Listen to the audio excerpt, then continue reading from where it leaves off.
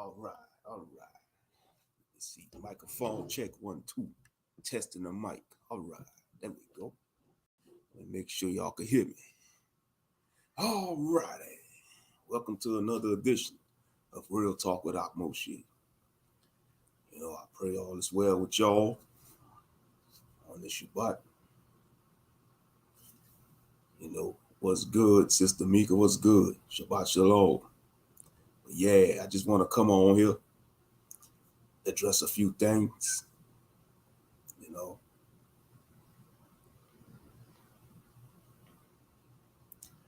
Yeah. I seen you at K Judah's live stream. That was a great live stream he did, about the false teachers and the false leaders. You have too many false leaders amongst Israel. And that's the sad thing about it. That's why a lot of people are being led astray. These false teachers leading the congregations, having them all tossed to and fro.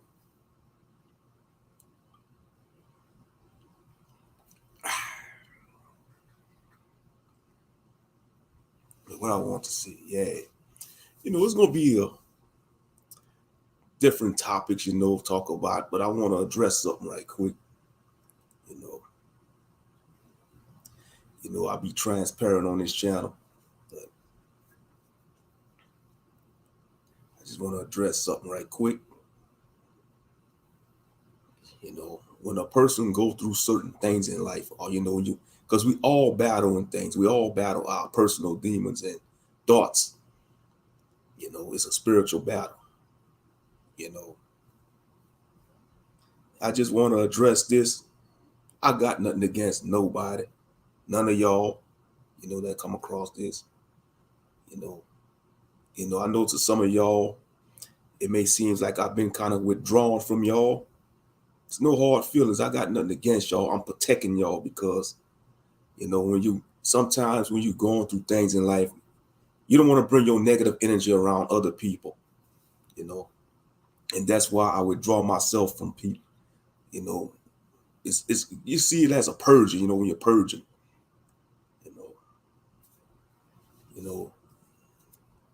like I say, I know some people don't come to my streams no more, but it's all good.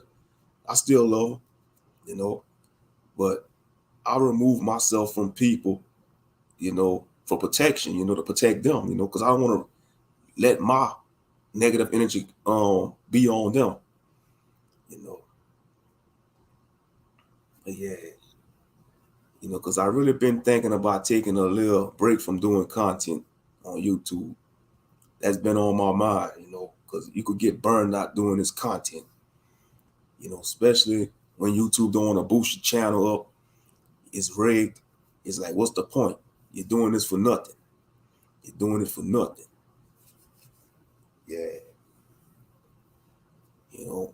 I still do my little daily, I might still do my little daily posts, like on the community tab, because I like that feature. I love the community tab feature. Yeah, I love that feature. I'm glad everybody could, because once upon a time, to have that feature, the community tab, I think you had to reach like 500 subscribers or 1,000 subscribers, but they made it simple for everybody to have the community tab. So that's an A+ right there.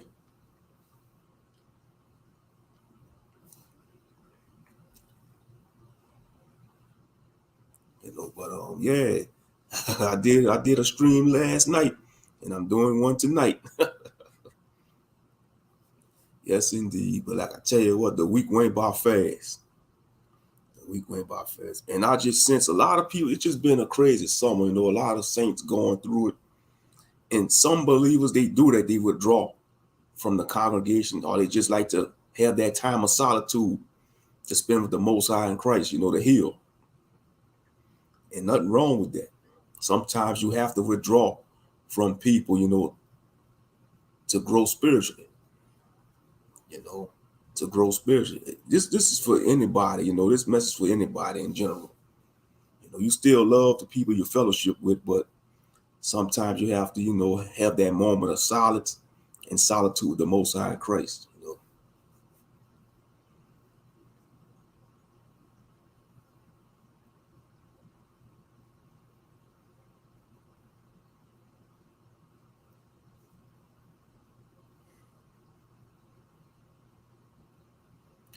Yeah, but I'll be all right though. I'm gonna be all right. Just take it one day at a time. You know, yes, indeed. But anyway, like I say, y'all just take it one day at a time.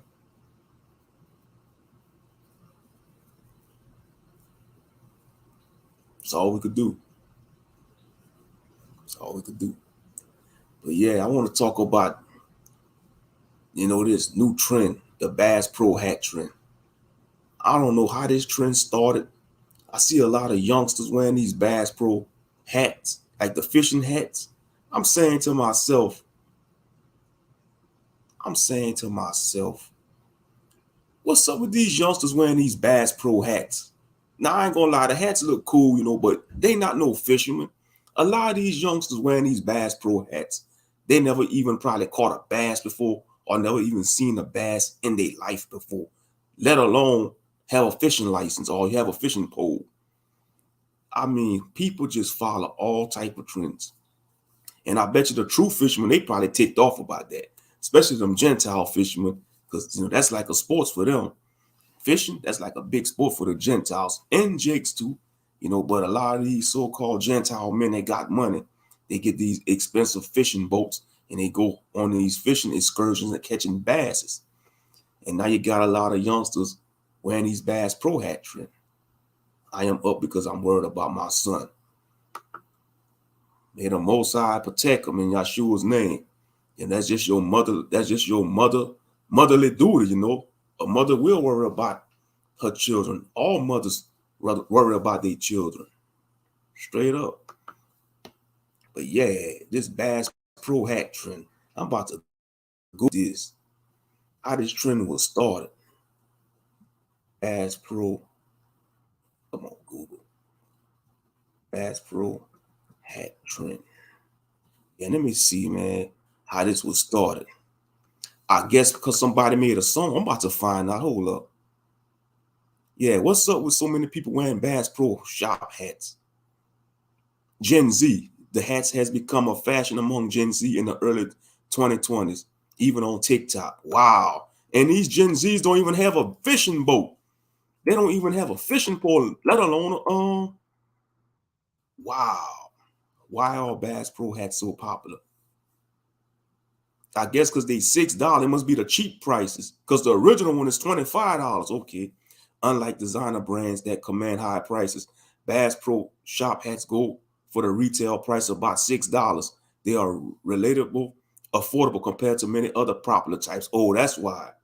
Yeah, they cool. I ain't gonna lie. I ain't gonna lie, they cool. I see a lot of youngsters wearing these Bass Pro hats. Like I see a lot of Jakes wearing them too. A lot of young Jakes and Eves wearing them.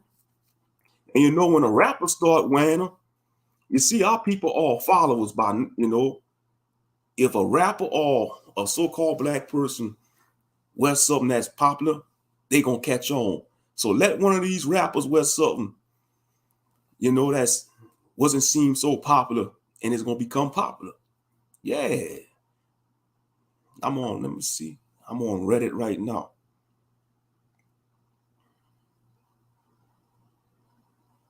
Come on. Google acting up.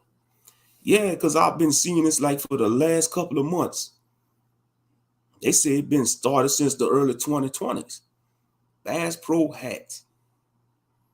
And yeah, social media has to, I figure that social media influencers, tell you, just to show you how most people are followers. Answer, they are $6 and it's nostalgic for the 1990s. Y2K era trucker hats. Oh, okay. So truckers used to wear these Bass Pro hats. I agree and want to add to this. During Kanye's Yeezy tour, Kanye started appropriating white redneck culture. This trend has continued with liberal youth wearing things like NASCAR jackets, hunting camel shirts, and Bass Pro hat. Ironically, this white trash chick trend started to catch on in New York and LA around the time of the tour. And I think, yeah, because just like back in like the early, like I want to say the mid 2000s, You had the NASCAR jackets. Now I wanted a NASCAR jacket. I'm not gonna lie. I wanted to get me a NASCAR jacket, but I didn't have a chance to get a NASCAR jacket. I want to get a UPS NASCAR jacket. But I got mixed feelings about this because I'm not gonna lie. Our people are peculiar people. We make things shine. You see, like when we wear a Bass Pro hat, we bring it out because we are royal people. So it's like part of me is like, and part of me is like, man, wear your damn Bass Pro hat. So I'm like on the fence about it.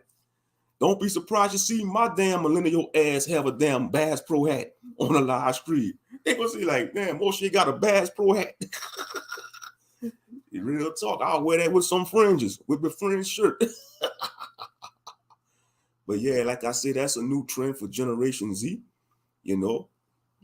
So I can't really knock them because we had our certain trends. Like back in the 90s, we had our starter jackets. We had all them starter jackets. That was a big thing back in the 90s, the starter jackets. Okay, let me see the answer. They give them away for free if you apply for a credit card and they sell them for cheap otherwise. Bass Pro is a very popular store and they are lots of those hats being distributed. All right. Man, I should go to, we got a Bass Pro shop in Lafayette. I should go get me one. Go get me a navy blue one. Real talk. Go get me a navy blue one. I don't know, but like I said, I'm not really a trend follower like that. But I knew it had to do something with social media and hip hop, maybe, you know. But yeah, I've been noticing that though. I've been seeing a lot of young brothers and sisters wearing these Bass Pro hats. And I'm questioning, I say, what's going on with this? So they cheap, $6, man. That's some cheap fitted hat, $6. Let's see, how did a $6 Bass Pro hat become let me see, a hot trend? And there's a trucker hat too. It's a trucker hat. But I bet you some of these Gentiles that's really fishermen, the racists, they probably mad when they see how people wear it. Oh, well, you can't help what people wear. If they want to follow the Bass Pro shop trend, let them follow that. $6, that's not bad. That's why they say you could buy it now.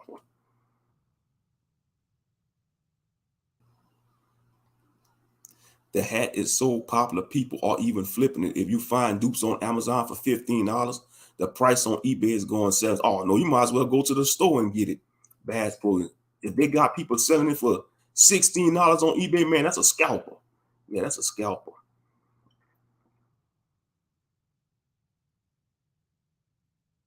Gee, they probably sold out too, because I see a lot of Jakes and E's wearing these Bass Pro hats. That's just been baffling. That's been on my mind like for the last couple of days. I'll be like, Gen Z are wearing these Bass Pro hats. I'll be like, what's up with that? And a lot of Gen Z don't even have a fishing pole, let alone a fishing license or fishing pole or a Bass Pro hat, sister. You never seen people in your city wearing them? Hold up, I'm about to share this. Watch. Hold up, I'm gonna show you. Hold up a second. I mean, it's a popular trend. I see a lot of Gen Z and youngsters wearing these Bass Pro hats. It's a popular trend. It's a fishing hat. Like, watch these type of hats. Look, $6 Bass Pro hats. These type of hats right here. I'm sure you've probably seen some of the young people in your city wearing these hats. Hold up.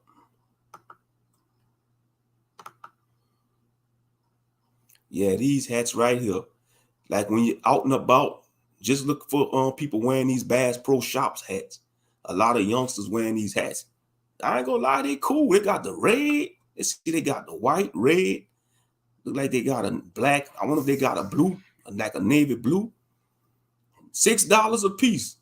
And I guess they so cheap, people just wearing them, as a style.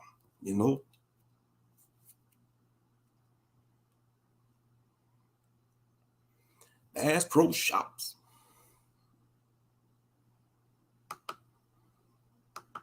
And then you see you have a lot of social media influencers wearing it and promoting it. That's why I say social media is a tool. It's a tool, man. You could use it for good or evil, social media. But like I say, it's just a trend. I got, I ain't gonna lie. I was finding it kind of to be annoying. It was kind of annoying seeing that because that's hipster culture, and a lot of people wearing these Bass Pro Shops hats. They don't even fish. Man, a lot of Gen Z ain't out there in the water fishing. They don't got a fishing boat. But we just live in this type of society, man. That's just Gen Z. They'll wear a t-shirt of something they don't even represent just to look cool. And like I already broke that down, that's just my opinion of what a hipster is. For example, you'll see a Gen Z man or woman wearing a Star Wars t-shirt, but they never watched a Star Wars movie before. Now that irks the hell out of me. How you gonna wear a t-shirt or something that you don't even know jack nothing about? That's like me wearing a Nirvana t-shirt and I don't even listen to no Nirvana music or AC/DC. I don't have an AC/DC. I don't have AC/DC on my Spotify playlist, but I'm out there wearing an AC/DC t-shirt. That's defeating the purpose. But yeah, but man, don't be surprised you see me with a Bass Pro hat. What's up, Monster Moshe? Big salute, brother. Big salute. Yeah, but I ain't gonna lie, them hats kind of cool though. $6. I see why people wear them, they cheap. $6 a piece. Yeah. Yeah, because I be seeing that around, like, when I'm out and about, I see a lot of youngsters wearing these Bass Pro hats. I'm like, so I had to go on the internet and see what's the deal? What's the deal? What's the deal with people wearing these hats? What's the deal? And social media influencers, they cheap. And then I'm sure you probably got some of these young rappers wearing them in their videos, promoting it. But that's crazy though. They wearing a Bass Pro hat and they never even saw a bass in their real life. They never even saw a bass in the water. They don't even have a fishing pole, let alone been on a boat before, a fishing boat. I tell you, people these days just follow any trend. That's just like with the NASA clothing line. They had the NASA t-shirts, Ain't none of these youngsters want to be no astronaut, but they was making they have a NASA clothing line. They wearing a NASA t-shirts with the NASA symbol on it. Anything to make $1. Anything to make $1.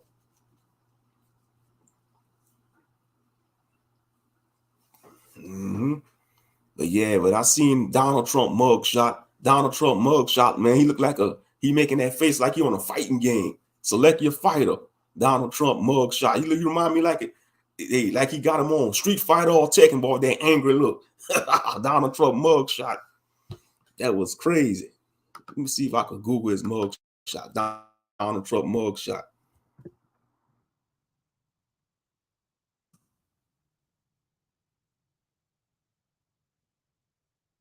See if I could Google it. That angry face, boy, like he look like a devil, or making that mean face. Yeah, you got 2 fishing poles.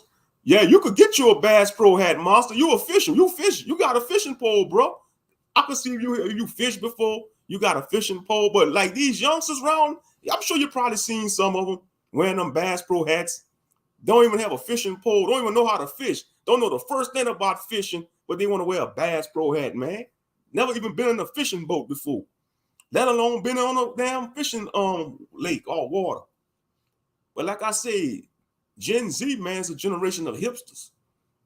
Gen Z is a generation. They want to talk noise about us millennials, but we earned the right we earned our trends. When we had trends, we followed them trends. We wasn't doing it just to follow it. It was part of our generation. Like the starter jackets, we was into certain things. We wasn't just wearing we didn't wear no starter jacket just to wear no starter jacket. That was just part of our upbringing. And then we represented certain teams that we was into. But these days, man, I mean, everybody wearing a Bass Pro hat. Like a lot of these youngsters, a lot of Jakes be wearing them too. And like I said, just show you how we live in a society full of followers. We live in a society that's full of followers. And like I said, I got nothing against people wearing a Bass Pro hat because I'm talking all this shit. And don't be surprised in a couple of weeks you see me wearing one on my live stream. You're gonna be like, damn, I've been got a Bass Pro hat. Shit. But they say truckers wear them too. People, like a lot of truckers wear them, you know. Yeah, man, Donald Trump mug shot. Look his mug shot, y'all. That old angry look. Making a mean face.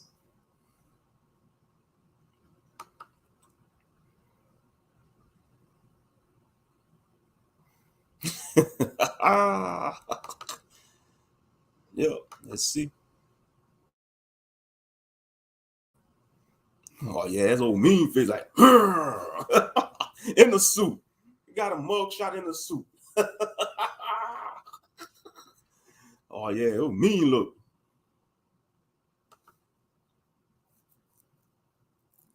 Oh yeah, boy, like demon look, boy, like he about to transform into his devil form on Tekken, like Devil Kazuya off of Tekken. That's what we remind me of.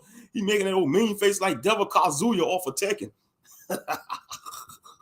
Yes, indeed. Mm-hmm. Yeah, but I'd rather Trump back in office than Biden, though. Like I say, I don't follow. I'm not a fan of both political parties, but we can't afford another 4 years of this Democrat madness. I'm just being honest. We cannot afford another 4 years of this Democrat madness, man. Just look what's going on. Look what the senile madman done. Gave us inflation. He gave the Ukrainians, the Afghanistan people benefits, but your very own American people, he didn't give them squat. He gave them more inflation. You got a lot of Americans homeless, but you got these foreigners coming here living way better than Americans that's been living here way longer than these so-called Ukrainians in Afghanistan. Yeah, I say, man, put Trump back in there, man. Put Trump back in the office. Because a lot of them Gentiles, they want him back. Especially down here in Louisiana, because Louisiana is a raid state. Yeah, we a raid state. Louisiana, we a raid state. We are a raid state. And they want Trump. A lot of people down here, they want Trump back in office. They want him back in office. And all that is, it just shows that it's a fall of the American society because they divided. You see, like when you had the Antifa and the Trump supporters going at it, I mean, you got the white liberals and the Proud Boys, man. Like I said, when they get into it, we should not partake in that. That's their business. That's those Gentile business, man. White folks' business. When you see Antifa going against the so-called Proud Boys or Trump supporters, man, let them squat it out, man. Let them fight. That's their business. I'm not partaking in none of that. That's their business. Real talk. That's their business. Mm-hmm. And that's just signal as a fall of the society. And then they talking about the so-called, is making a comeback. I gotta watch what I see because YouTube, they're giving. So I'm gonna just say the blank. Y'all know what I'm talking about. The so-called blank is making a comeback.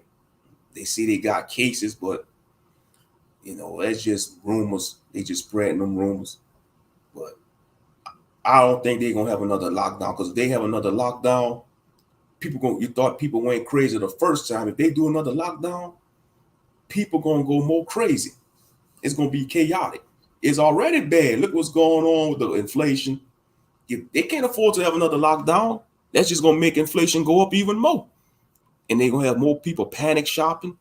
Like when the first episode happened with the so-called people was buying toilet paper and paper towel like crazy. And they ran out of hand sanitizers and stuff. Yeah, it's gonna be a lot of panic shoppings again. A lot of panic shoppers. Mm-hmm.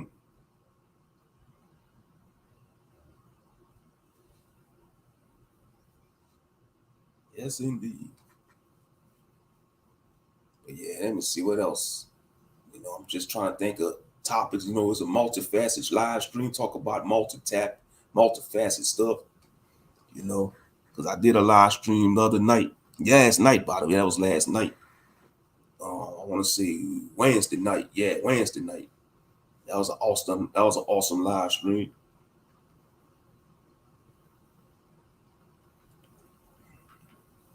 Yeah, yeah. YouTube must be messing with the views, huh? Yeah, you see, YouTube ain't boosting up my channels. I know I got like at least 69 people subscribed to this Real Talk channel, and YouTube don't want to boost it up. That's the algorithm.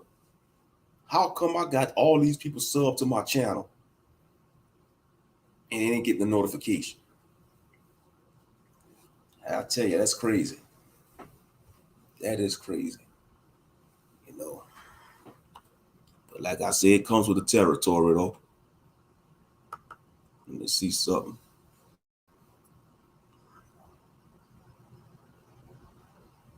Come on, load up YouTube.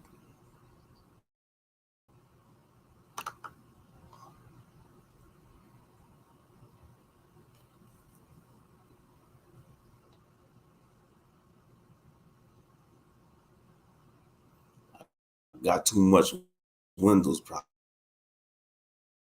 open. That's what it is.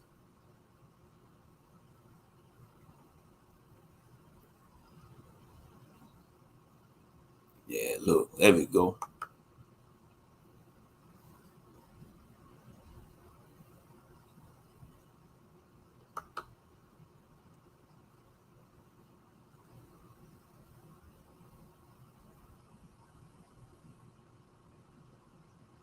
Yeah, it's back. Yeah, yeah. But have no fear. The Most High is near. We survived. We survived the first one. All praises to the Most High in Yeshua's name. You know. All right. Let me. There we go.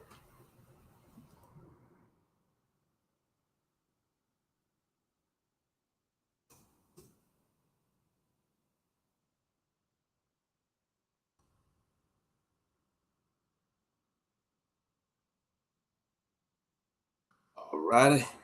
There we go. I just shared the link on my community tab. So those who get a caught whiff of it, it could come through. Yeah, that's what they saying. But like you say, they just say that, but only time gonna tell what they gonna do. Some people, you got people talking about around September, they might come out with another lockdown. Man, they can't do that. Let's tell you, people gonna go crazy. And the only type of jobs gonna be open is the essential. That's gonna put more pressure on the essential workers. The first round, man, the first round, it put a lot of pressure on the essential workers. Yeah.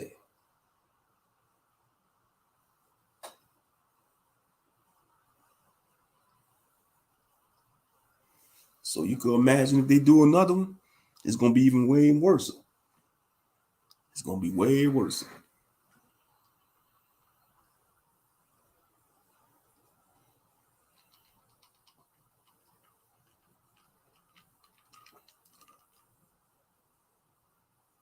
And hospitals, yeah, and hospitals filled up with patients. Yeah, that's gonna be way worse. Yeah, I know.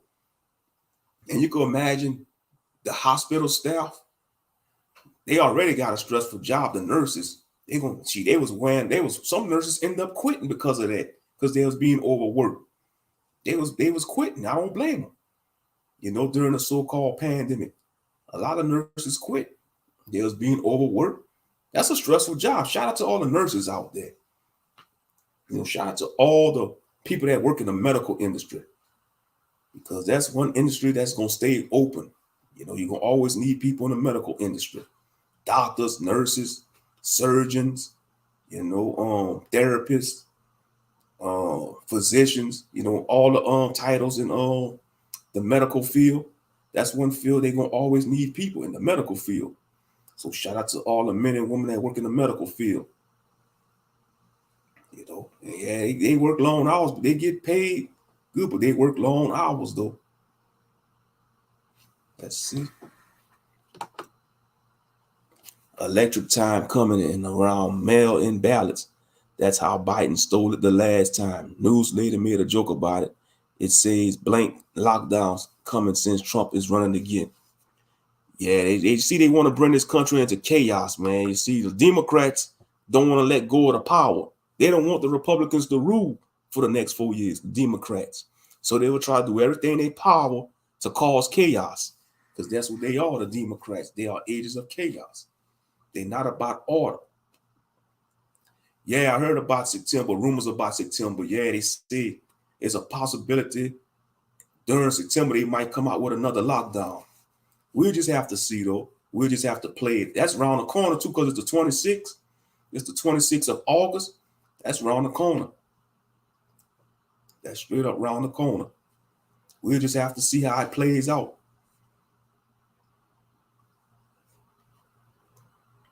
Mm-hmm. Easy, because they don't want him out of office. They want him to get another term, Biden. But I hope he don't, though, because he too old. You know, he in his 80s. He like 80 years old. He old. He don't need to be in office no more. At that age, that's the most stressful job, being the president of this country. Destroyed a lot of small business, mom and pop stores. Yeah, that's what's going on. That's, you see, yeah, mom and pop stores are part of American culture. I don't care what people say. Mom and pop stores are a big part of American history and American culture. And you have these big corporations, like these big retail corporations, they destroyed a lot of mom and pop. They put a lot of mom and pop places out of business. These big retailer companies.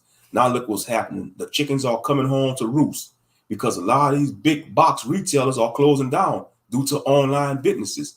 Like they losing to online shoppers. You know, you got some of these big box retailers closing stores. You got some of them closed down for good. You know, so that's why I say the chickens coming home to roost. They reaping what they sow. They reaping what they sow because they put a lot of mom and pop stores out of business, and so now they reaping what they sow.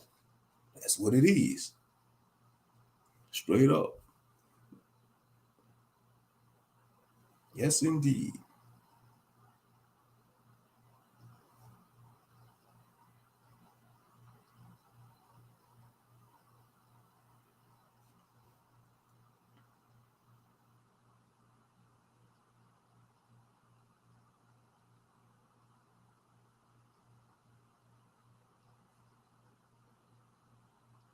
Mm-hmm. But we just have to see how it play out because, like I see, we got like it's August. We got like after this month, we're gonna have 4 more months left out this year. 4 more months left. Mm-hmm. 4 more months left.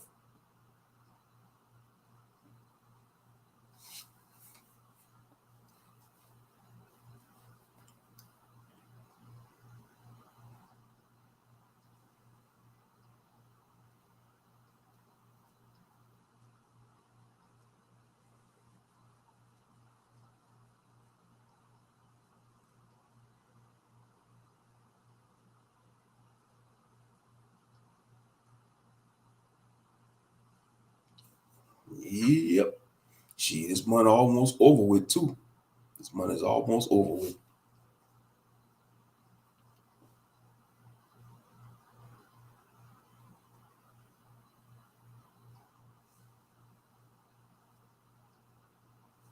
But I hope he don't get another term though.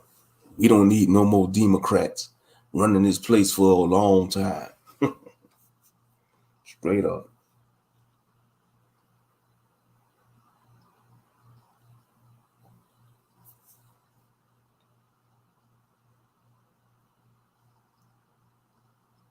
The storm that we had, hold up.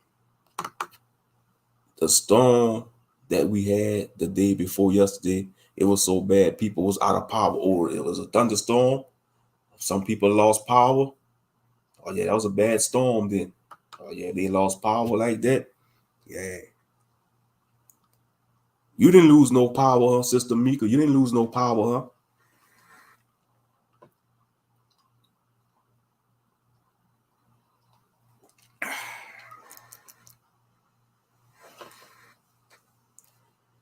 long as you didn't lose no power, that's a blessing.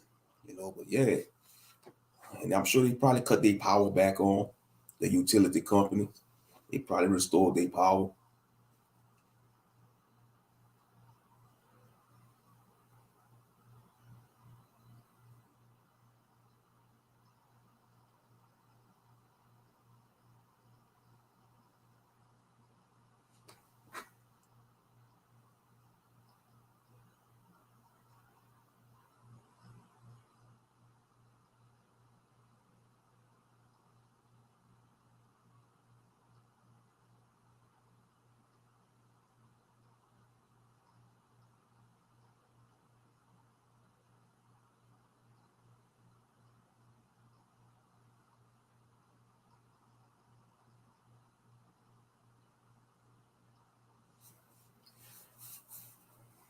But yeah, whatever they gonna do, we just gotta be prepared though. But it is what it is though. We gonna get through. The Most High gonna get us through it. He got us through the first one. All praises. He'll get us through the next one if they try to plot something. Straight up. But yeah, that was a great lesson K. Judah did. Calling out these false teachers like Maharakah. That is a wicked Israelite. He's wicked. What kind of Israel? How can you call yourself a man of the Most High and you want to teach a damnable heresy, saying that the Most High allow Israelites to, to women, great women? That is blasphemy. That is heresy. This is a wicked nigga. Maharakah. I always say he was a wicked nigga. This is that nigga that destroyed the relationship between the STL Israelites. Maharakah, yeah, I'm gonna say his name. Maharakah, he is the culprit responsible for sabotaging the STL Israelites between Brother Jacob and Malachi Maccabee. And now look at Malachi Maccabee. Malachi Maccabee is ape shit crazy. He's all over the place.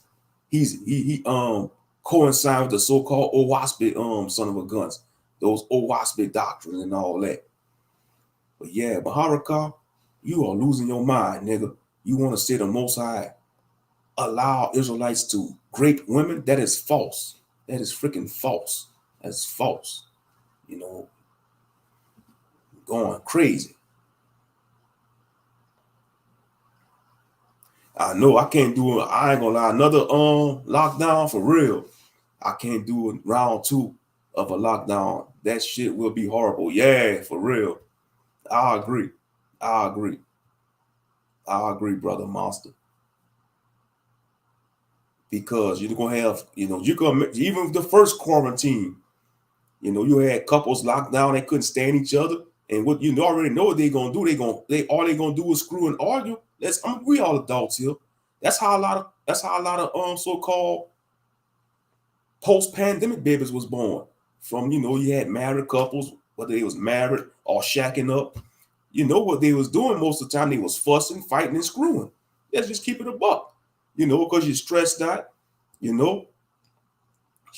some of the best nookie to get, the stress nookie. Stress sex. And that's what they was having. They was having a lot of stress sex. And then stress babies was born. I'm just keeping it a buck during the so-called first lockdown or quarantine. I'm just keeping the buck.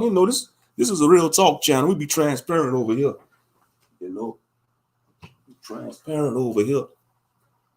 A lot of stress babies was born during the so-called pandemic. These couples, they was fighting and screwing. Whether they was getting into physical altercations or screaming matches. And then when they cooled down, they just started humping on each other and stress babies was born. Real talk. But the best thing to do is what you just said. We was praying, right? That's the best thing to do. Pray. Not no screwing and fighting, man. Praying that you be spared. I agree, But I'm just speaking of people in the world system, because that's what worldly people was doing. But a lot of Israelites that was strong in the faith, they was praying to the Most High to be granted mercy. I'm talking about people that's in the world. That's what they was doing during the so-called lockdown or quarantine. They was fighting, they was stressed out, they was having a lot of stress sex. They was having some stress sex, and then they was having stress babies after that. And then after the so-called thing was lifted, they probably split up, you know, straight up, because it's a fallen society. It's a fallen society. But the best thing to do is pray and read scriptures during the lockdown, right? But most people in the world, they ain't following the Bible. They don't want to believe in the book. They don't want to follow the Bible no more. People in the world, they want to lean on to their own understanding. Yeah, another wrestler died. Yeah, matter of fact, one of my co-workers told me Bray Wyatt passed away. Bray Wyatt. Yeah, earlier today, one of my co-workers, he told me, Bray Wyatt passed away. 36 years old, monster. I'm like 3 years older than Bray Wyatt. 36 years old. Bray Wyatt, he passed away. He had a heart attack. And then Terry Funk died too. Terry Funk died. Something don't seem right, monster. I'm kind of suspicious. Okay, Terry Funk died, and then they found out, nah, Bray Wyatt passed away. Something ain't right, man. Something ain't right, man. They killing these wrestlers, man. It must be, I don't know. Because I think one of the other members of the Wyatt family passed away too. What, it was Luke Harper, I think? A few years ago, one of the Wyatt member wrestlers, he passed away too. Now, Bray Wyatt passed away? Golly, 36 years old. Man, that's young. He ain't even made 40 yet. Dang. Like I say, man, when you work in that industry, that wrestling industry, that take a toll on your body. You're on the road all the time. You're under a lot of stress. You're taking a lot of painkillers, a lot of pills to numb that pain. That's why I say the WWE should have an off season. You got these major sports like football, basketball, baseball. They have off seasons, but wrestling, professional wrestling, they don't have an off season. Okay, this is what they should do. I was telling this to my daddy one time. I was explaining this to my daddy one time about if wrestling want to have an off season, what they should do is let them take a week off every month. Say like they wrestle 3 weeks out the month. Like every month they wrestle for 3 weeks and they have a whole week off. That's what they should do. If they don't want to have an off season, at least maybe take that third week off. Maybe take the third week off or the fourth week off out the month. I say the third week. Let them wrestle like for 2 weeks and then they take that whole third week off during the month. And then they wrestle another, then they go back to wrestling. Yeah, have a week off at least every month if they don't want to have an off season. But basketball, football, they get off seasons. Yeah, Terry Funk, yeah, he passed away too. I think he was in his 80s. At least he get to live to be in his 80s because most wrestlers don't even live to be 60.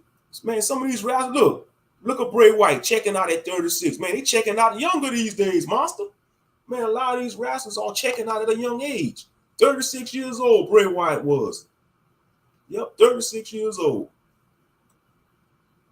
They checking out at a younger age. So Terry Funk, man, he lived to be in his 80s, man. That's a blessing. Because, come on now, being a wrestler, they don't live that long. The longest these wrestlers be living is to like maybe 40, 50. Lucky to get to 60. They'd be lucky to make it to 60. But they checking out younger now. They checking out at a younger age. They are checking out at a younger age. But something don't seem right. Terry Funk passed away, now Bray Wyatt. Come on now, something don't seem right. We know we don't like to sound like conspiracy theories, but man, two wrestlers died like that in a row. Something don't seem right about that. Something don't seem right about that at all.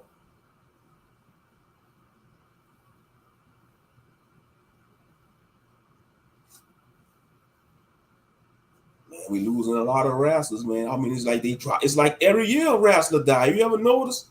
Like every year a wrestler die. Every year a wrestler pass away.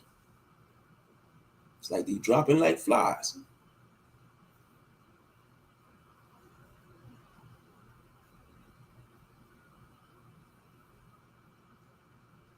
They dropping like flies.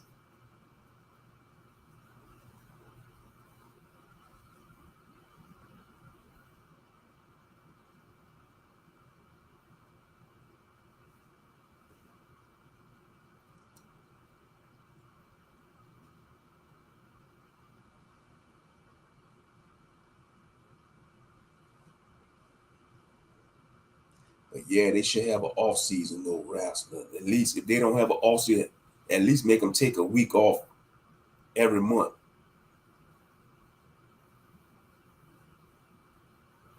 But it's all about the money though.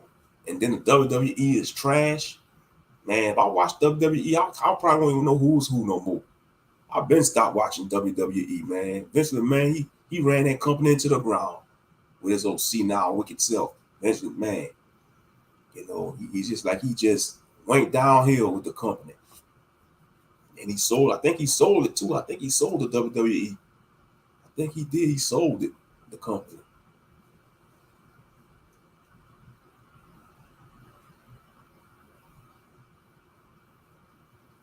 That's what they do though. When they get tired of something what their parents built from the ground up, they end up selling it.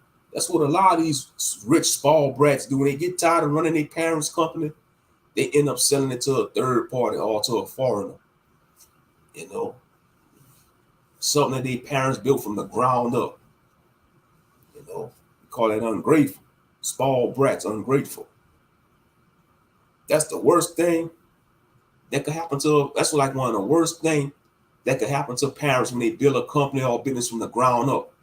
To have their children or grandchildren sell it away, piss it away, because they don't want to take the responsibility. That's one of the reasons why they do that when they sell their parents' company, because they don't want the responsibility and do all the work. They just rather sell a company for X amount of millions of dollars or billions of dollars and just live lavishly off the profit, live off lavishly. That's what a lot of them rich spoiled brats do.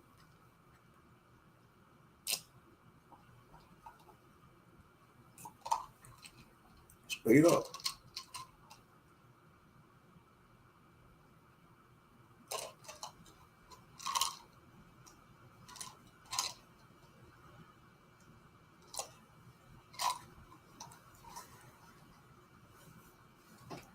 Yes, indeed. That's letting you know they didn't appreciate what their parents had built for them. When they sell their parents' company to third parties or to the highest bidder.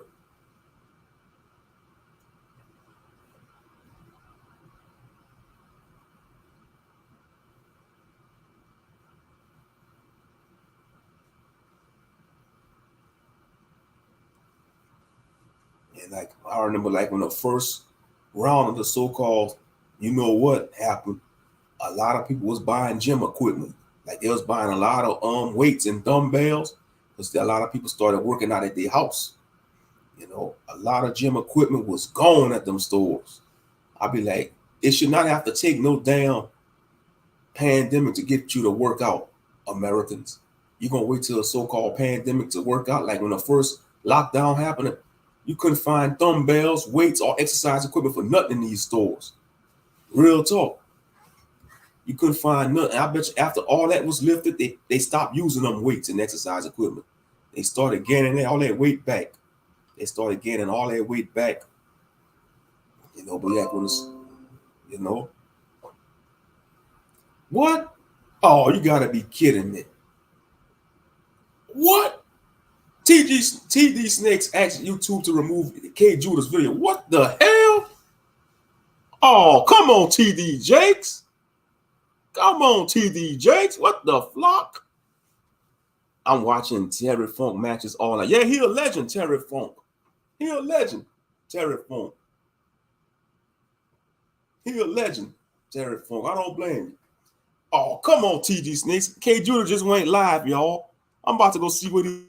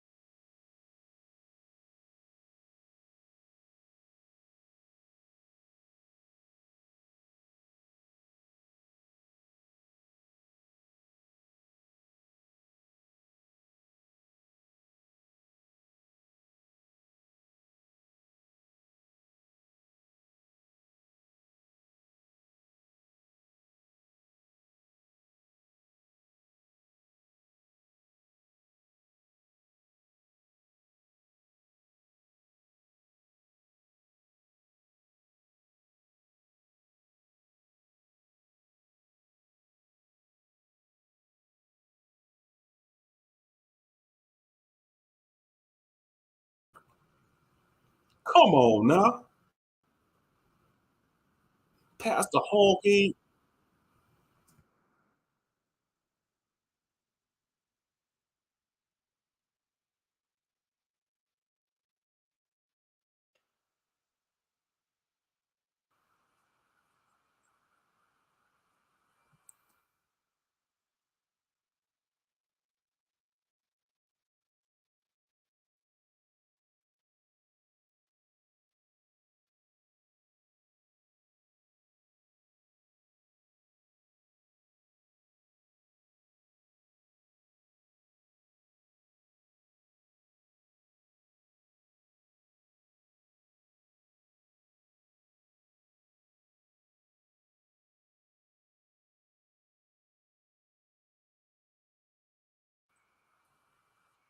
Yep.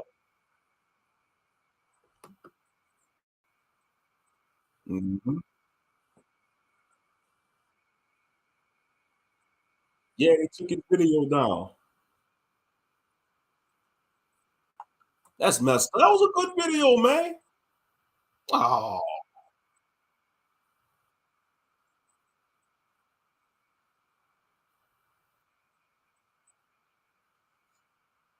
yep.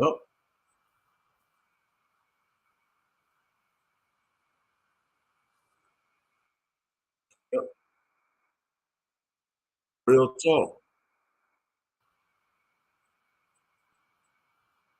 They do. Real talk, they do. They do. Yep. Because let's keep it a book.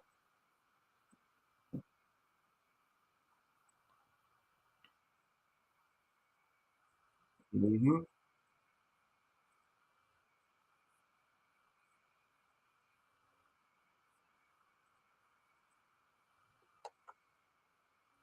Mhm. Yeah, because if the algorithm was in, if his channel was in the algorithm, he'll be at 20K subscribers. He'll probably be at 100K. He'll be at 100K. He deserve 100K. I know he don't mind a subscriber, but he deserve it. You got these other big YouTubers, they ain't about nothing, but they got 100K.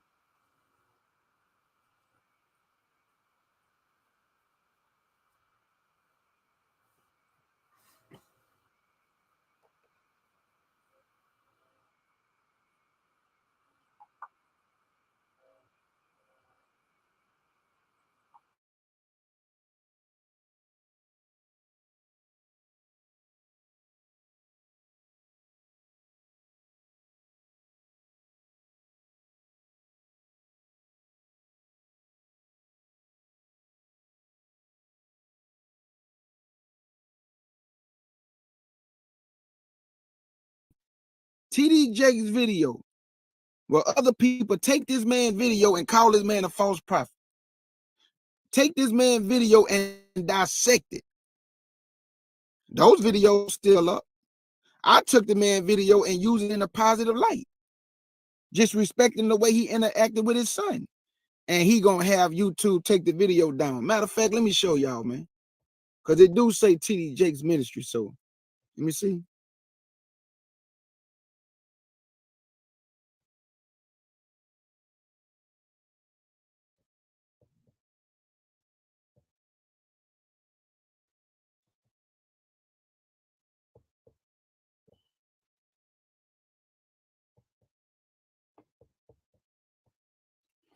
It said we can apply with a legal copyright takedown complaint from your video. TD Jakes shares a moment with his son. And it says right here, yeah, because you know when they give you a strike, it go to the Gmail. So it say we received a copyright removal request for your video based on applicable copyright law. We removed your video from YouTube. And it said that yeah, TD Jakes and them wanted the video removed. The Potter House, TD Jakes Ministries, removal request issued by TD Jakes Ministries. Y'all see that? It says it right here. Removal request issued by TD Jakes Ministries down from YouTube. So TD Jakes is a fraud. He don't care nothing about the young black male. So, he stand on that podium, yelling and screaming, acting like he care about his people. But why would you want a video like this taken down, brother? Like, you should be applauding something like this to reach out to the young brother. But you want the video taken down? Come on, bro. Come on, bro. Y'all some frauds, man. I'm serious. This is why I don't call everybody my brother. I'm serious, man. This is why I don't call all these dudes my brothers, man. They faking fraud. They don't care about it. A big salute to everybody in the chat. But yeah, family, I ain't worried about it. I still can go live. I still can utilize my channel. And even if I couldn't, I have other channels that I can do content on. But it goes to show you, family, that TD Jakes and them know that the Israelites are on the internet. Don't think these people are not watching what we bringing forth. Some of us bring it forth in a negative way. That TD Jakes and them love, because it keeps people in the Christian seat. Because all they have to do is grab the negative Israelite and tell people you don't want to be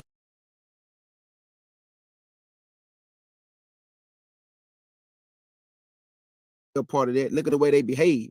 So this is why you have certain other Israelites who do know how to behave, who do know how to teach the truth, who do show to our brothers and sisters, and never that light shine on us. So when you see you trying to camps, that's why they put this is why more ISK, this is why they put GeoScreen, because they teach lies, family. So whenever you lies, go to these YouTube channels, 1,000 subscribers. You know why? Because they teach lies and they cause a lot of confusion. So TD Jakes, they're not bothered by that. But those of us who not doing that, we get heavy scrutinized.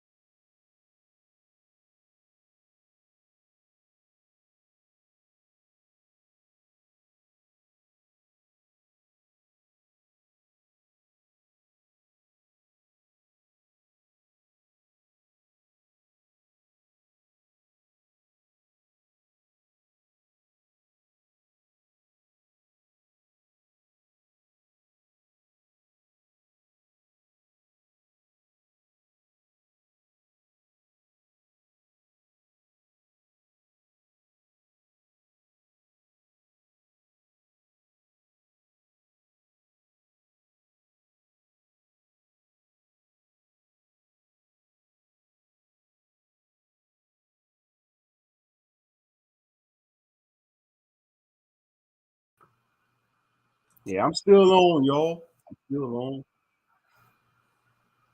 I'm still on, y'all. Listen to K Judah.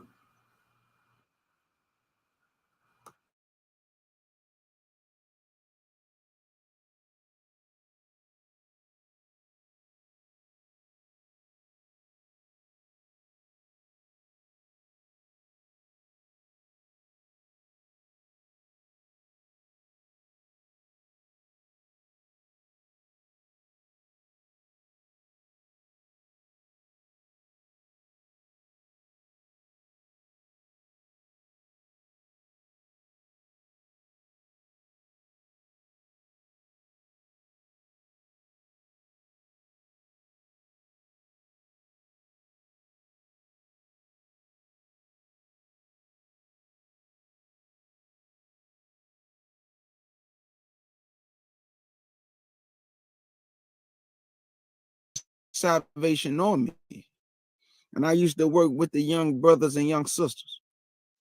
Those kids used to love me when I walked into that door, man. Because I'm going to tell you something about kids. They can read your energy and they can read your spirit. And they know what come out of your mouth. Because see, children going to speak the truth. They're going to hold you accountable with the stuff that you say. So I love working with kids. I love working with the young brothers because I know how to resonate with them. I know how to speak to their soul without being judgmental. I know them to down. I didn't did it before. I know how to talk to the young black male. You got to use love and compassion when you talking to a young man that never had no father. You can't yell at the young man and try to act like you his father. See, that's why they don't listen to y'all because you don't know how to resonate with the spirit. You want to start talking to him like you his pops, like you his daddy or something, like you authoritative figure. It don't work like that, bro. And that's why a lot of these young black males don't listen to you men because you don't resonate with them. Then you don't come from their world. They got to be able to resonate with you. They got to be able to have something that they can connect y'all. So if you don't come from the streets and they in the streets, why they gonna listen to you when you don't come from their world? I come from their world, so they'll listen to me as they have listened to me in times past, because I come from that world, and I can tell them.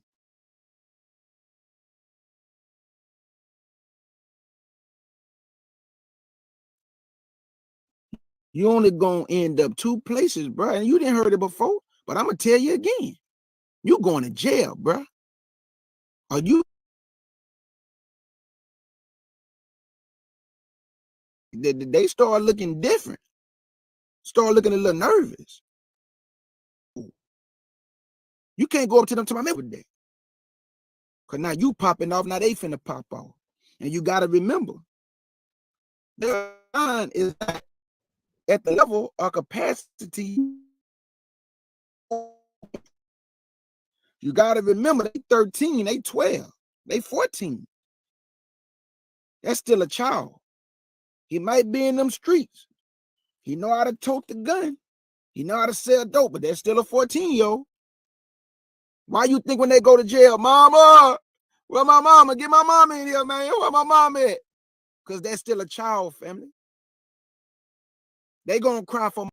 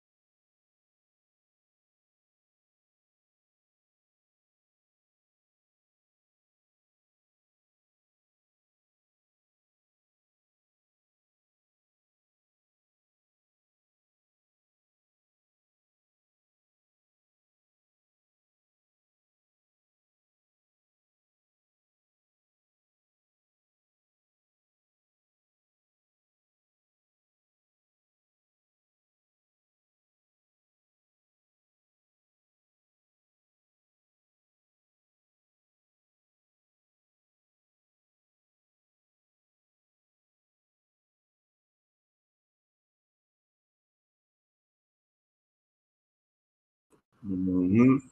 Yep, that's true. The fathers in the house do make a difference. Oh yeah, but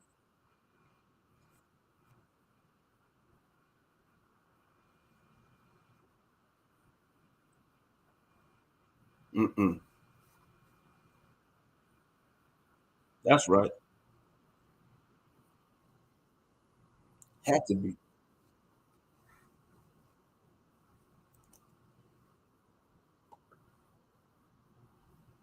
Hmm. Right.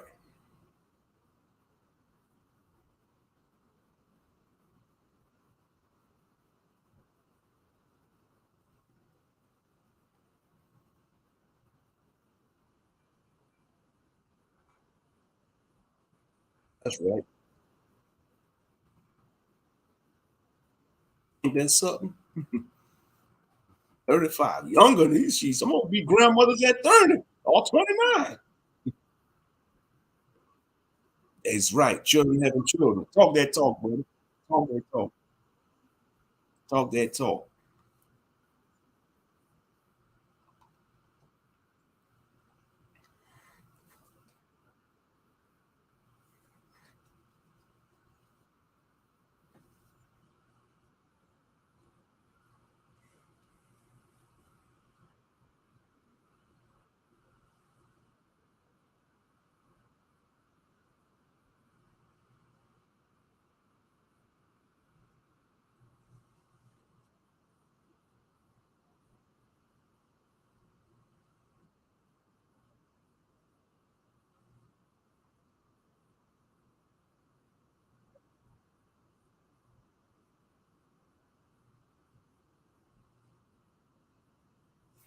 Yeah, but TD Snake's wrong for that, dude.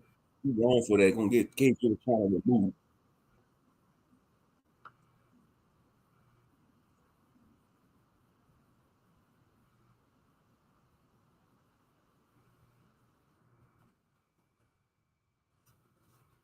Hmm.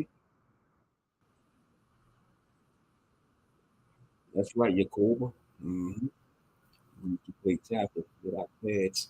Now video game just put in front of them. Yep, that's the truth. Hmm. Fall into the wayside. Yeah,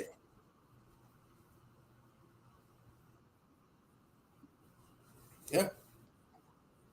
Lost generation, man. Hmm.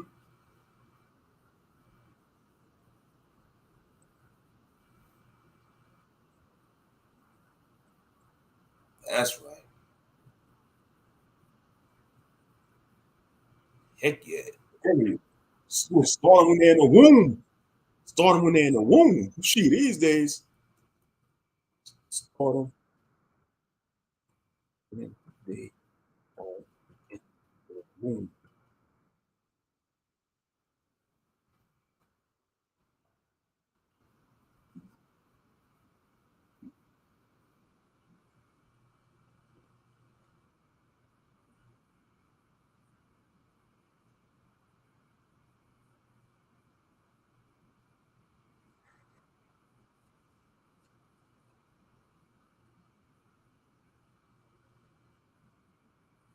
Mm-mm, they don't.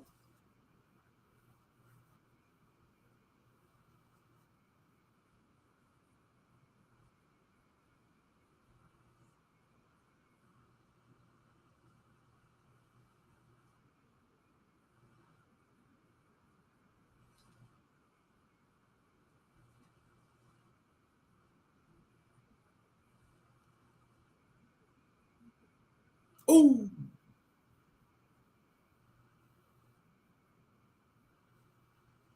dang.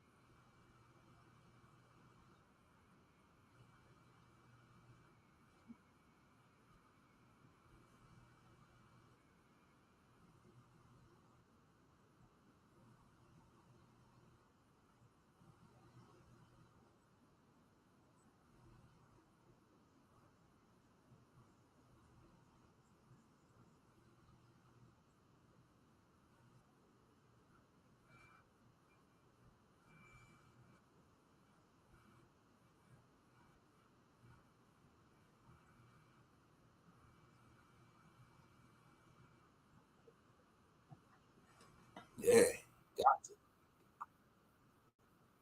You have to. That's cool.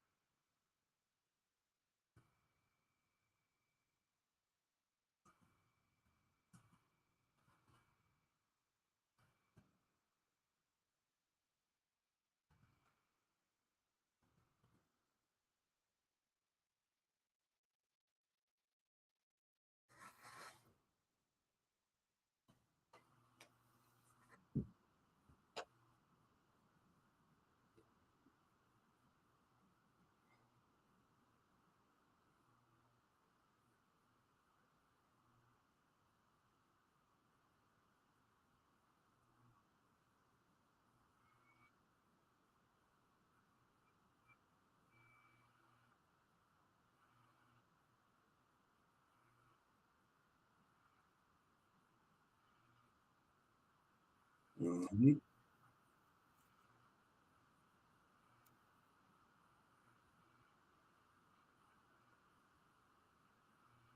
That's right. That's right.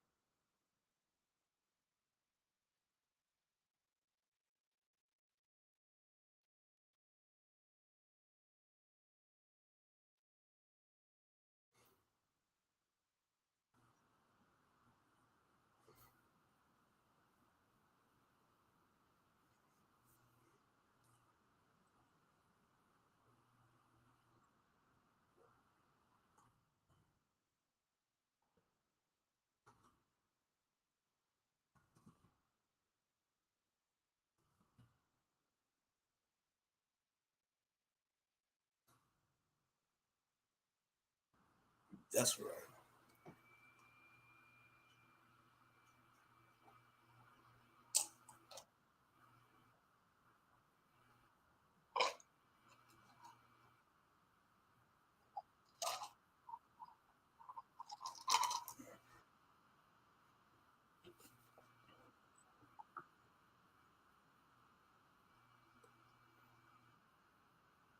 Hmm.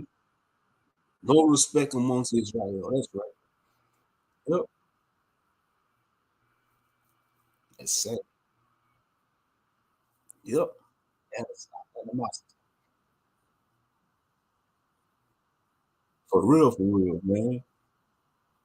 We gotta stop looking at each other with disdain because we all going through it as a people.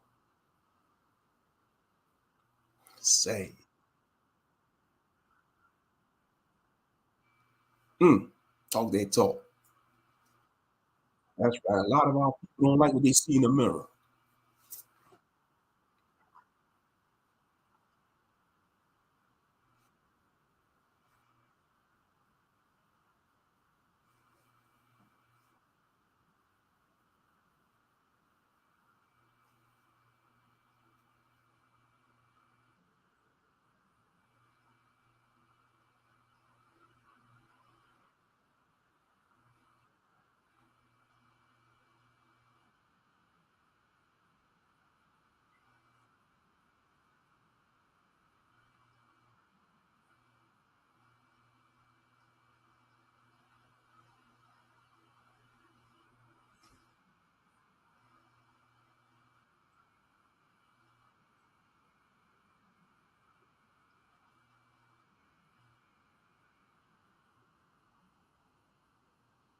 Yeah, that's messed up. Gonna get this video taken down, man.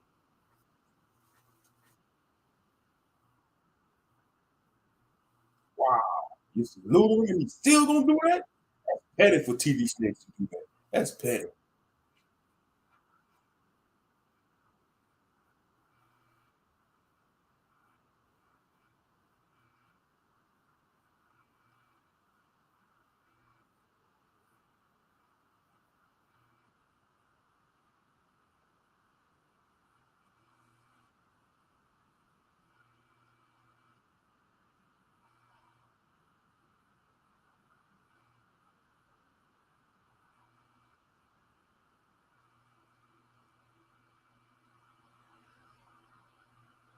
Yeah, that's messed up. For real. Hmm. That's cold blooded. Mhm. Yeah, I watched it early. Yeah, it was a good video. It was a good video.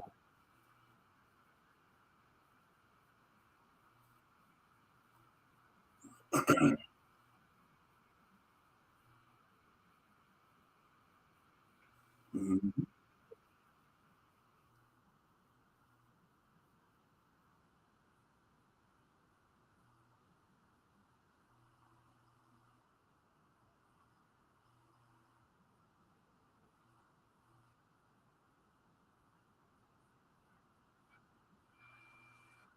Yeah,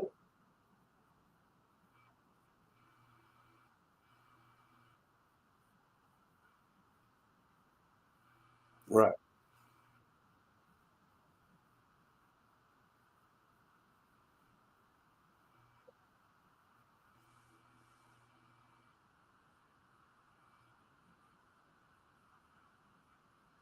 Mhm. Definitely. Oh yeah. Yep.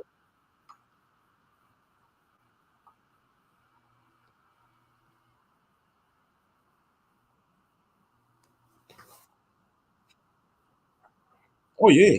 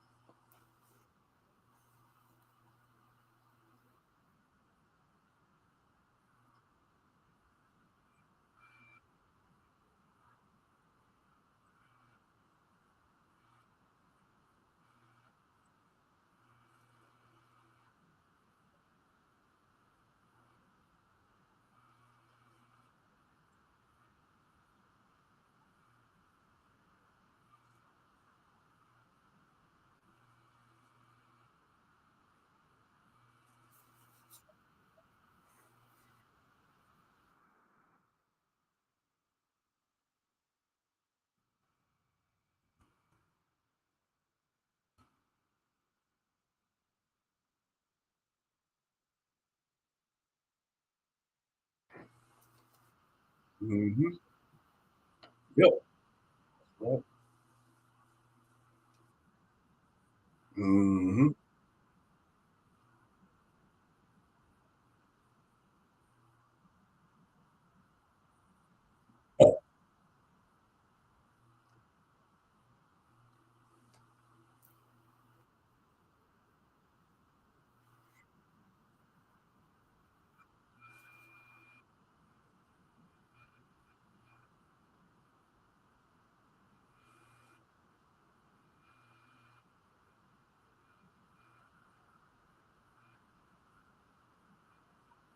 That's right. That goes nobody above reproach, including myself. Nobody is above reproach. Nobody is above reproach when it comes to this word. Real talk. Nobody. No matter how long you've been in this walk. Yeah, he is wrong for that. He is.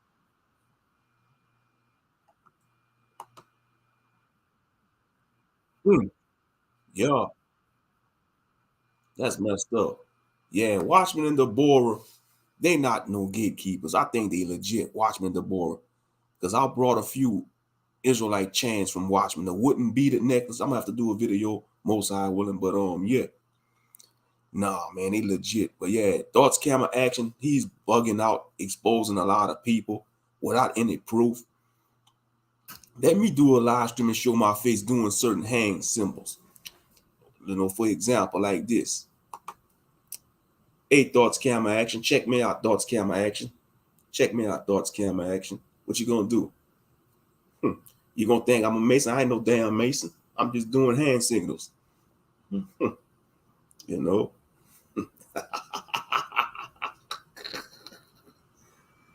Hey, Thoughts Camera Action, look what I'm doing. You might think I'm a crazy man. I don't give a shit. But anyway, man, y'all, big salute to y'all, man. Big salute to the 12 tribes, man. But yeah, Thoughts Camera Action. I'm not no Mason. I'm just trolling. But he might take it to heart, though. Look, I'm throwing up the pyramid. What else they be doing? The AOK? What they be doing? Oh, man.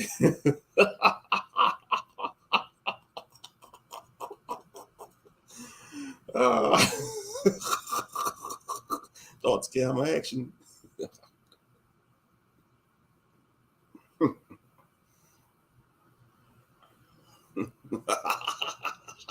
Let me stop, y'all, man. I'm having fun.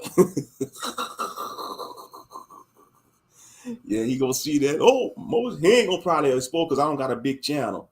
I don't got a big channel, so he ain't gonna expose because if I had like 20K subscribers, or even if I had 10K subscribers, he'll come across that. Oh, Moshe Ben Yahuda, he's part of a Mason, and he don't got no proof. I don't got no Masonic regalia. You don't know what temple I go to. I ain't no Mason, but he gonna run with it just because I'm throwing up certain hand signals. Yeah, anybody that throw up certain hand signs, he want to expose them. Say they're a Mason or Eastern Star, man. That's just out of pocket.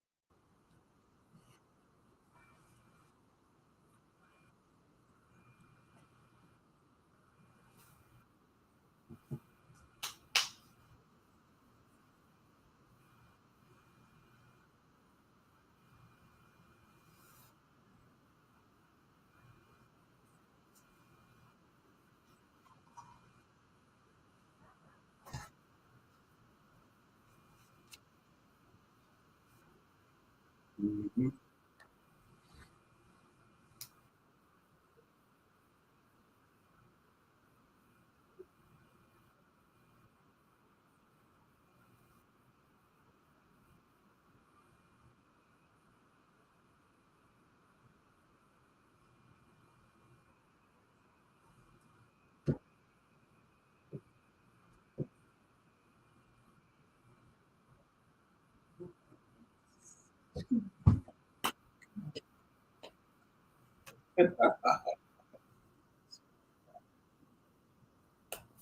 Grandmaster.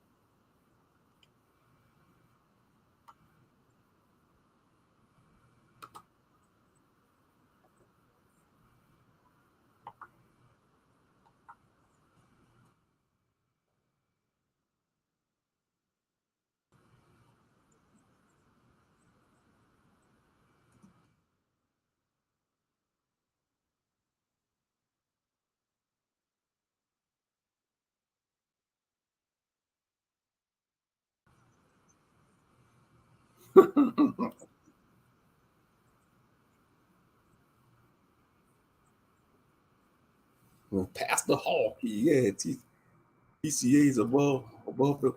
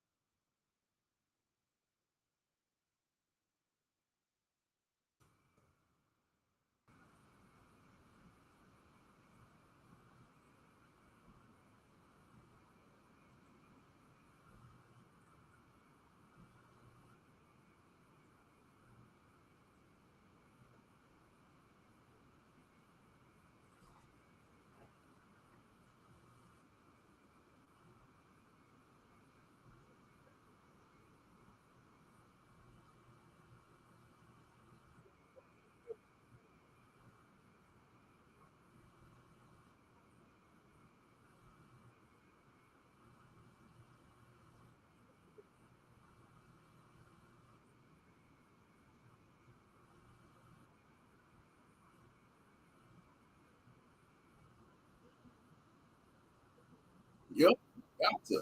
You have to, man. Because it's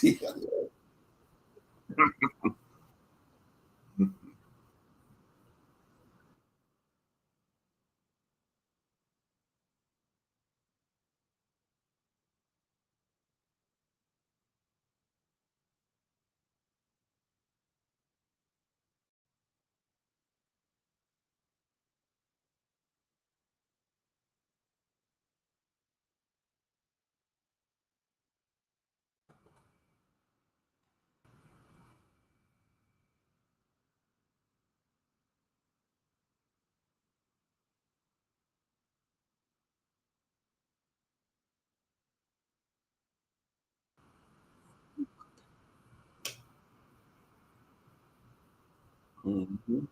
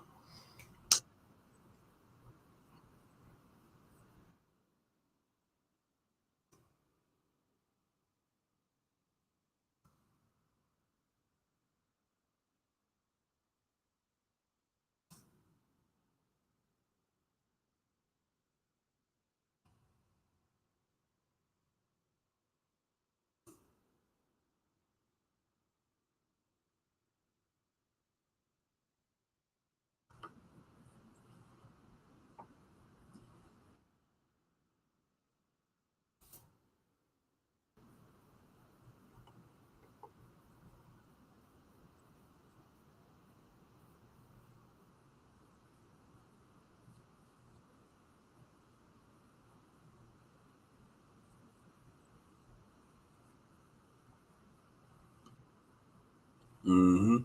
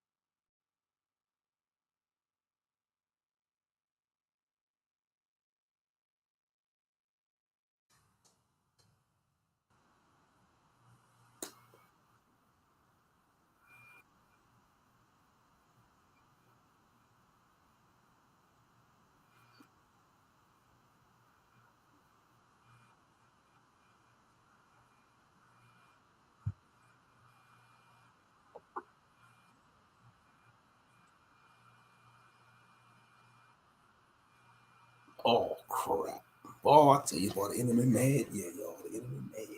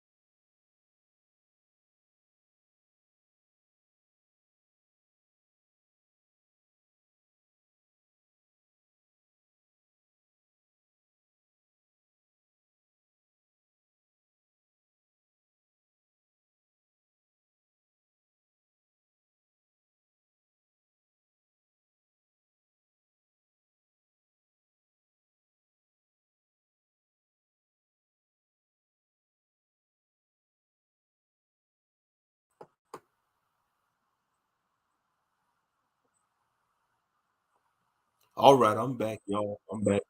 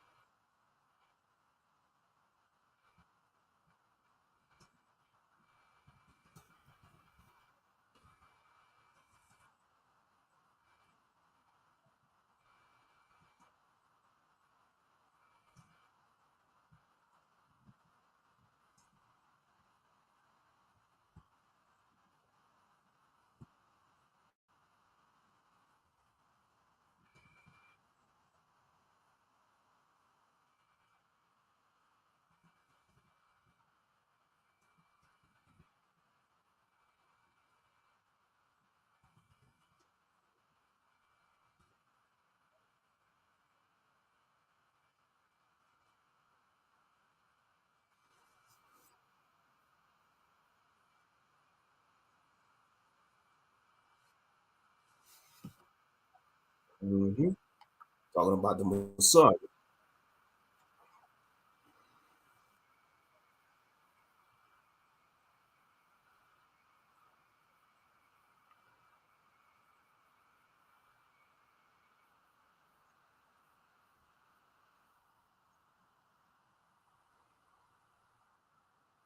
Cities, towns, and villages.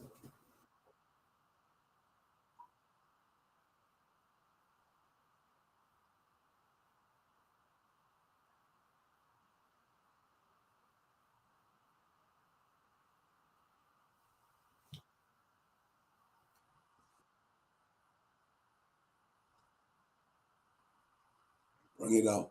Bring it out.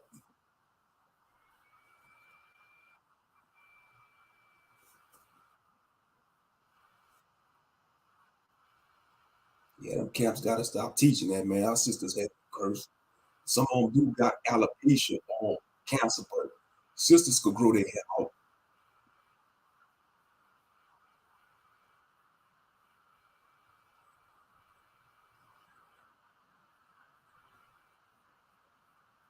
Peace and blessings. Peace and blessings, Professor Lovely Lady. I'm multitasking right now.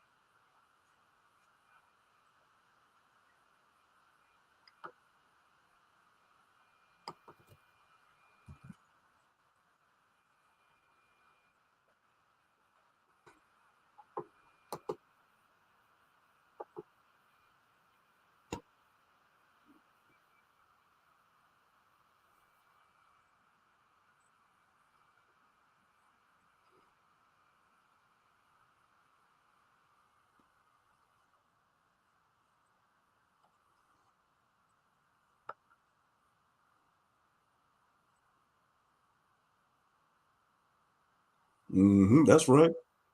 Get that knowledge.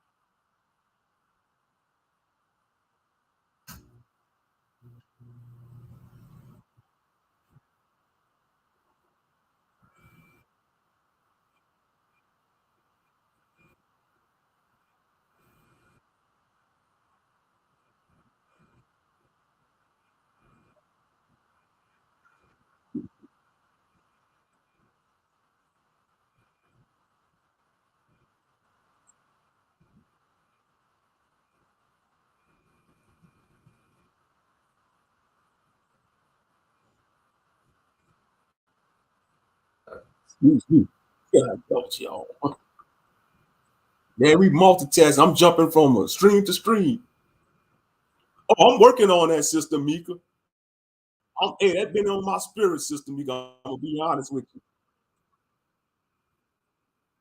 Yeah, yeah. I know you've been waiting for me to do more chapter, sister Mika. Don't worry, sister. Most High willing. Matter of fact, I'm gonna try to bring something. I'm trying to bring something. I'm working on it like a little. No, I ain't gonna. I'm gonna just surprise y'all. I'm gonna just surprise y'all.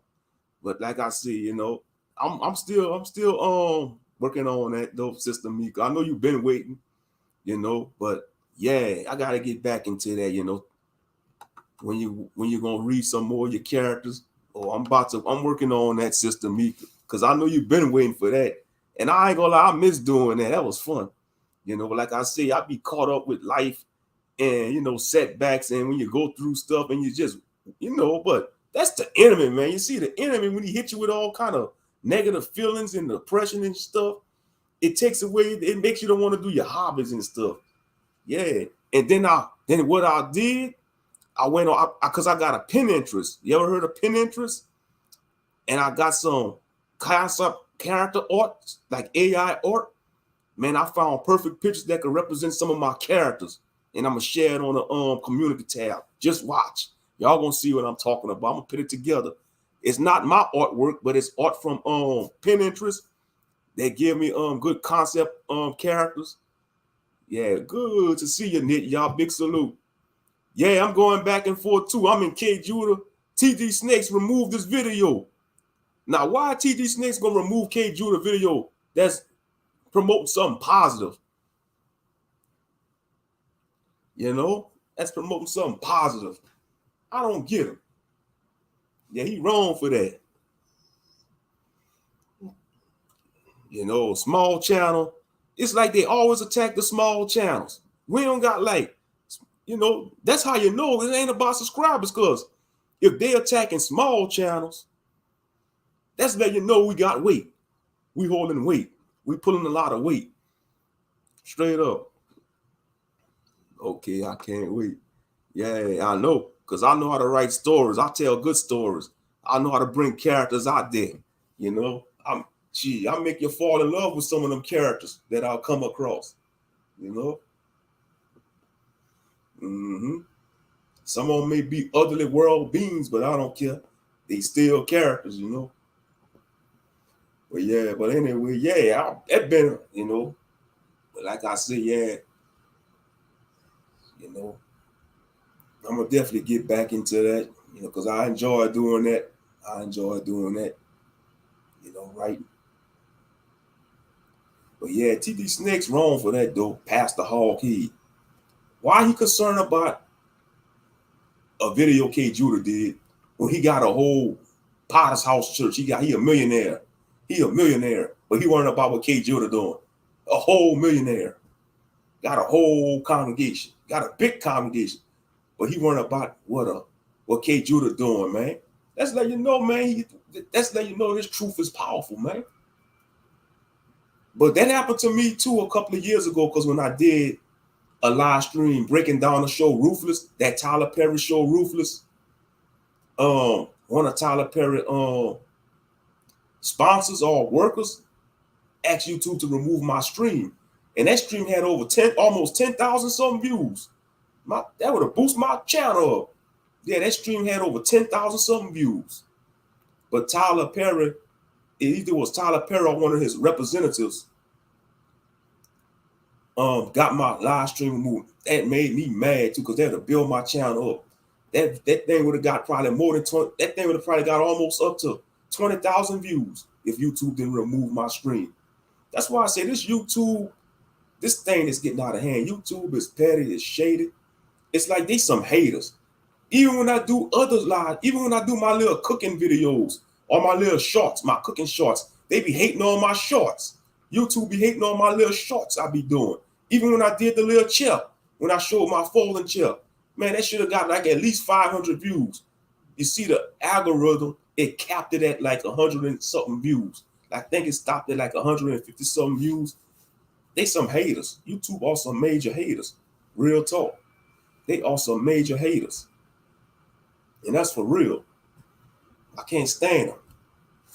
You know, the algorithm, they got us in a certain database that it stops us from growing, because all our channels supposed to be having a lot of subscribers, whether you do content or not. You know, because if the algorithm would have been the way it is, you know, K Judah would have had almost 20,000 subscribers. That's what he should have. But we already know how YouTube is. If you promote positive and speak a lot of truth, they're gonna shadow ban you. But if you doing negativity, if we're talking about bashing women and bashing men and just doing all kind of ratchet and ignorant stuff, man, they're gonna let the channel blow up. They're gonna let the channel blow up like it's nothing. But since you're representing righteous behavior and trying to uplift your sisters and brothers and uplift your nation as a whole, oh no, we can't. They can't allow that. They can't allow that because that's too positive. Straight up, that's too positive. You know, like I see, they not stopping the train though. They ain't stopping the train. Real talk. They ain't stopping nothing, because at the end of the day, the Most High is in control. That's what they failed to realize. That's what YouTube failed to realize. The Most High and His Son Yahshua HaMashiach is in control, and they can't stop them. They arms are too short to box with Yah. I don't care the CEO of YouTube or Google. They can't box with the Most High. They cannot. Real talk. That's straight up. That's the truth. Mm-hmm. That's the honest truth. Yes, indeed. Let's see something there. Hold up just a second. Let me see something. Come on, load up. Yeah, I thought it load up there. There we go.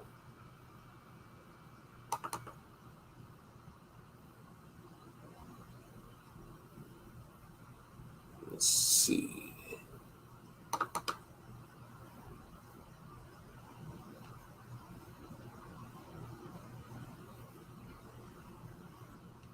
And my computer is running slow. That's wear and tear. Now, what you doing, computer? What the heck you doing? Let me see. So I want to let's cooperate with me, StreamYard. Cooperate with me. Please cooperate with me.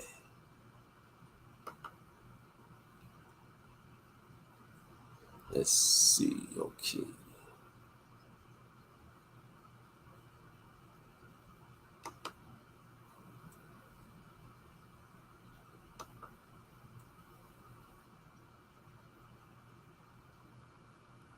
Let's see. Window. Okay.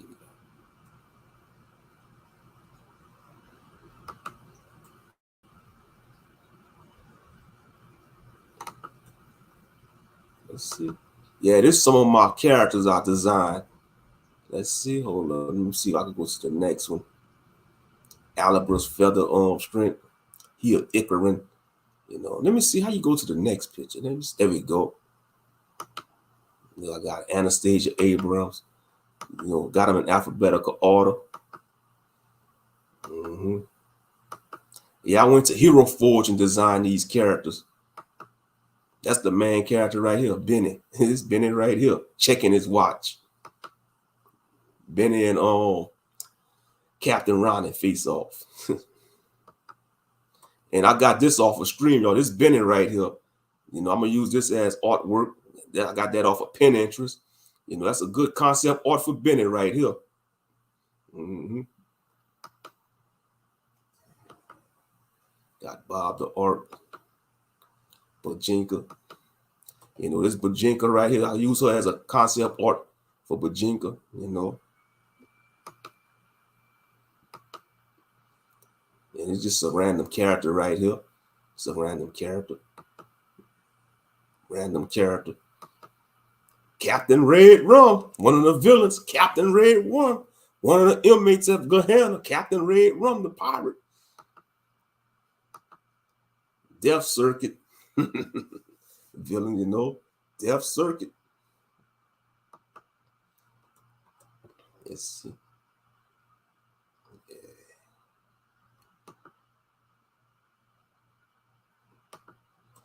Dr. Robert Spark, he a scientist.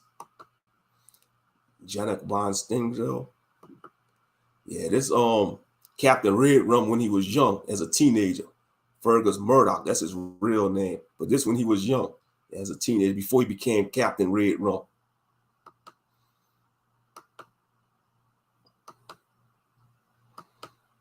Yep, and this I designed this. This like a thumbnail I designed, you know. Yeah. Hellhound Hilly. Hellhound Hilly, you know. Herman Doppelganger form. You know, but yeah, I'm gonna get back into it eventually though. You know, I'm gonna get back to it eventually. Yeah. Oh, yeah, Iron Mine, you know. There we go.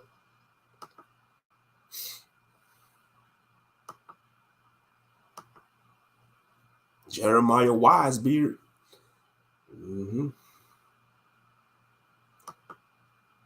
Now he not in the main story. This is another character I designed. John Tavius Strong Arm. You know, he not in the story, but you know, I might use him for something else.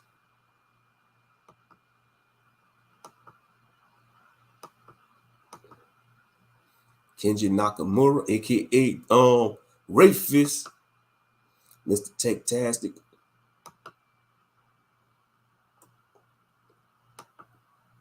Ragnus Greyhide. Ronald Hayes, Captain Ronnie. Ronald Hayes.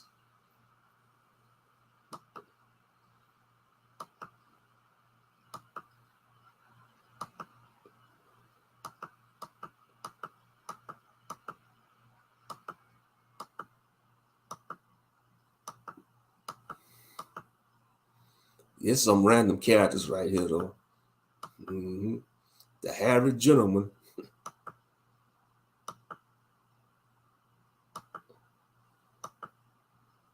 Vengeful Night Raven. Warden Zachariah Jabril, the warden of Gehenna Prison. Now he the warden. That's the warden. Yes, indeed. Shout out to the warden. But yeah, that's just the characters, man, you know. I designed them on Hero Forge, and then I'm going to go on Pinterest and look for some concept arts that resemble the certain characters. Thank you. How was my day? Oh, I had a good day at work today. You know, I had a good day, Sister Nitya. Thanks for asking. All praise to the Most High. You know, I had a good day. Went by smooth. Can't complain. Now I'm up here doing a live stream. Yep. Your computer acting up. Yeah, you're going to probably have to reboot it. Yeah.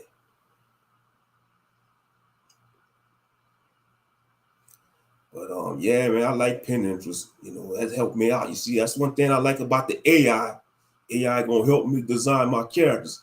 I can't draw for nothing, so I'm gonna use AI as a weapon. You could use it as use AI to serve you. Don't let it serve you. You use AI to serve you.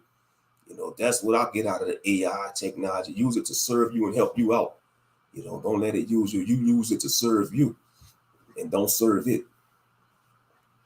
You know, don't let it rule over you. Just use it, you know. But yeah. Yes, indeed.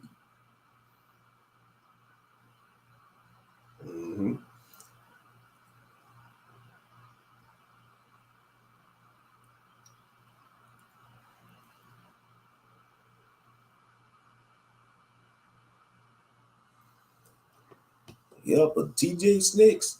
Yeah, I see that. I meant to see that. TD Snakes, he wrong for that one, though. He wrong for that one. Gonna remove his video like that.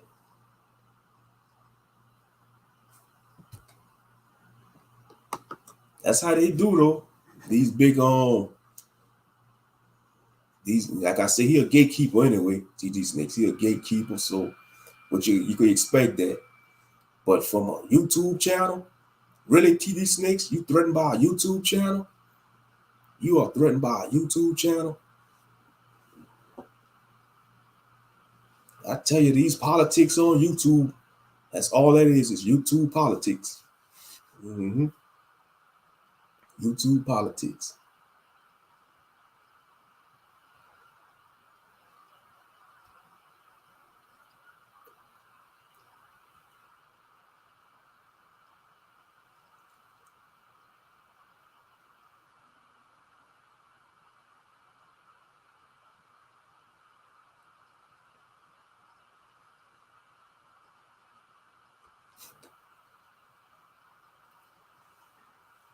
Yeah.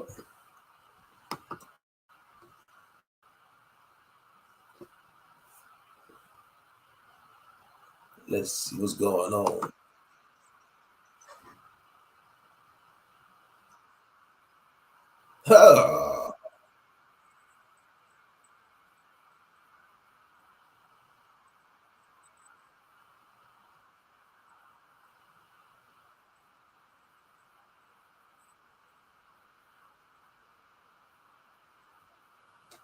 Burning flesh.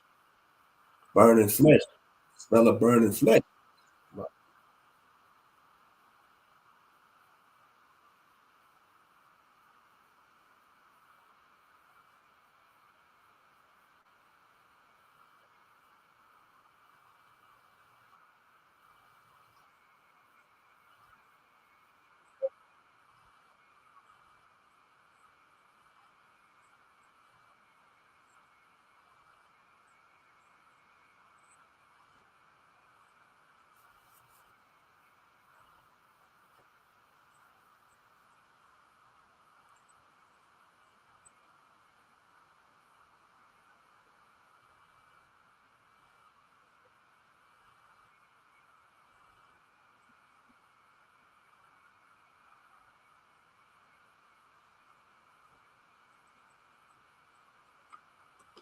Yeah, man. Israel, I tell you, so many false doctrines in Israelites.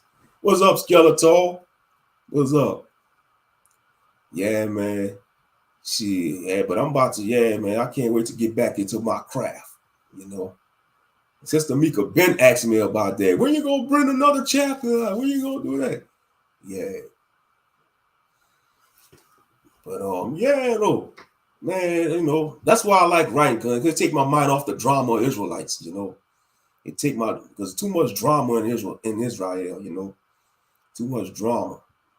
Too much goddamn drama in this Israelite movement. You know. Mm-hmm.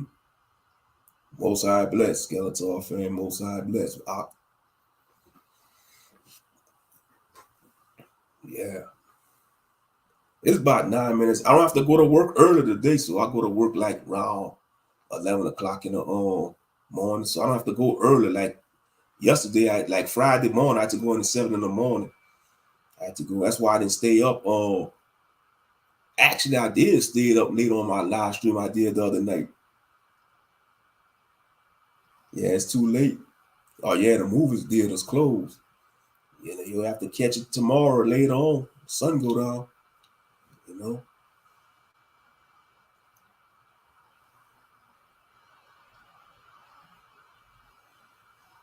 Yep. But I know what I'm gonna do. I might play a chapter. Hold on, I know what I'm gonna do. Give y'all a taste. Give y'all a sample. Hold up. Yeah, let me go on. There we go. Yeah, there we go.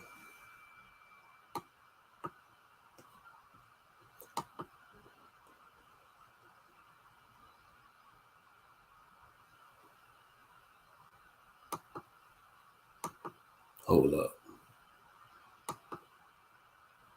You in your room? Okay. Oh, you're in the room? Okay, yeah. I thought you were talking about the theaters. Oh, okay. Hold up.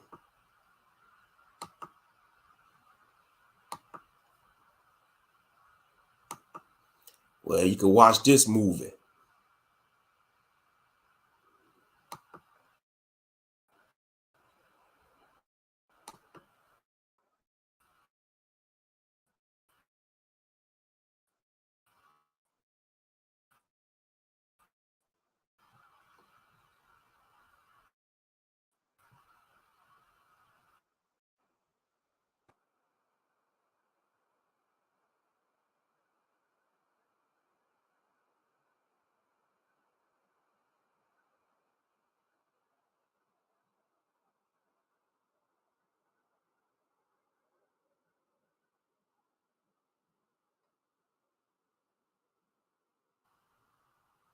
Come on, StreamYard, man. Y'all wrong for that.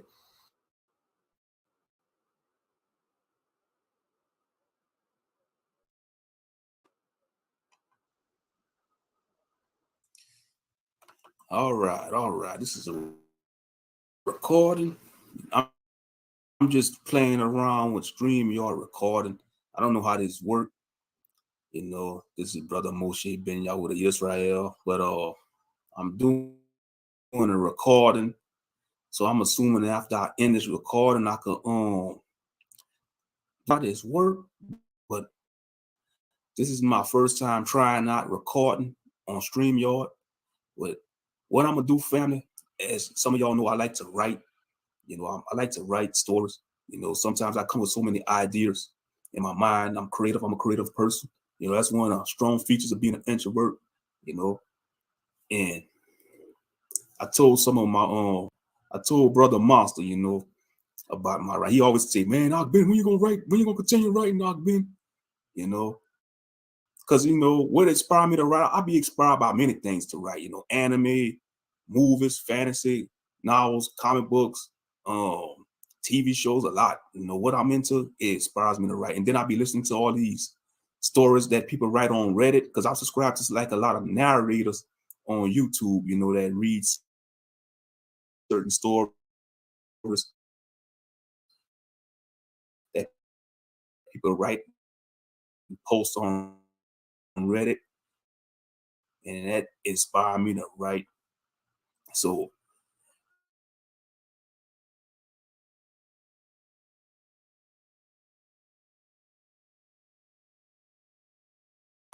yeah, so I've been working on something on Reetsy. The title, I don't think this is gonna be the official. It's just called "I Work at a Natural Beans," and I interview the inmates. So basically, this story that I'm working on, it's about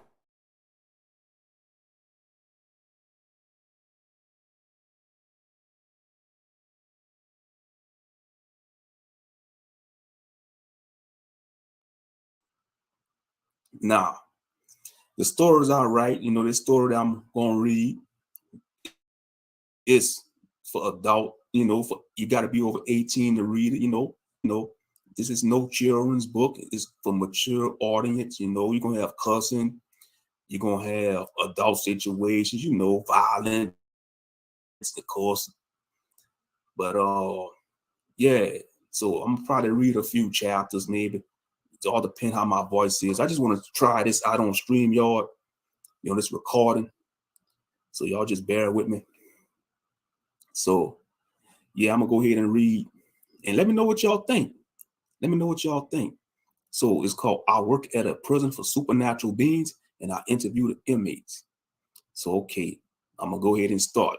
So y'all just bear with me. But before I do, let me go get me something. Water. All right.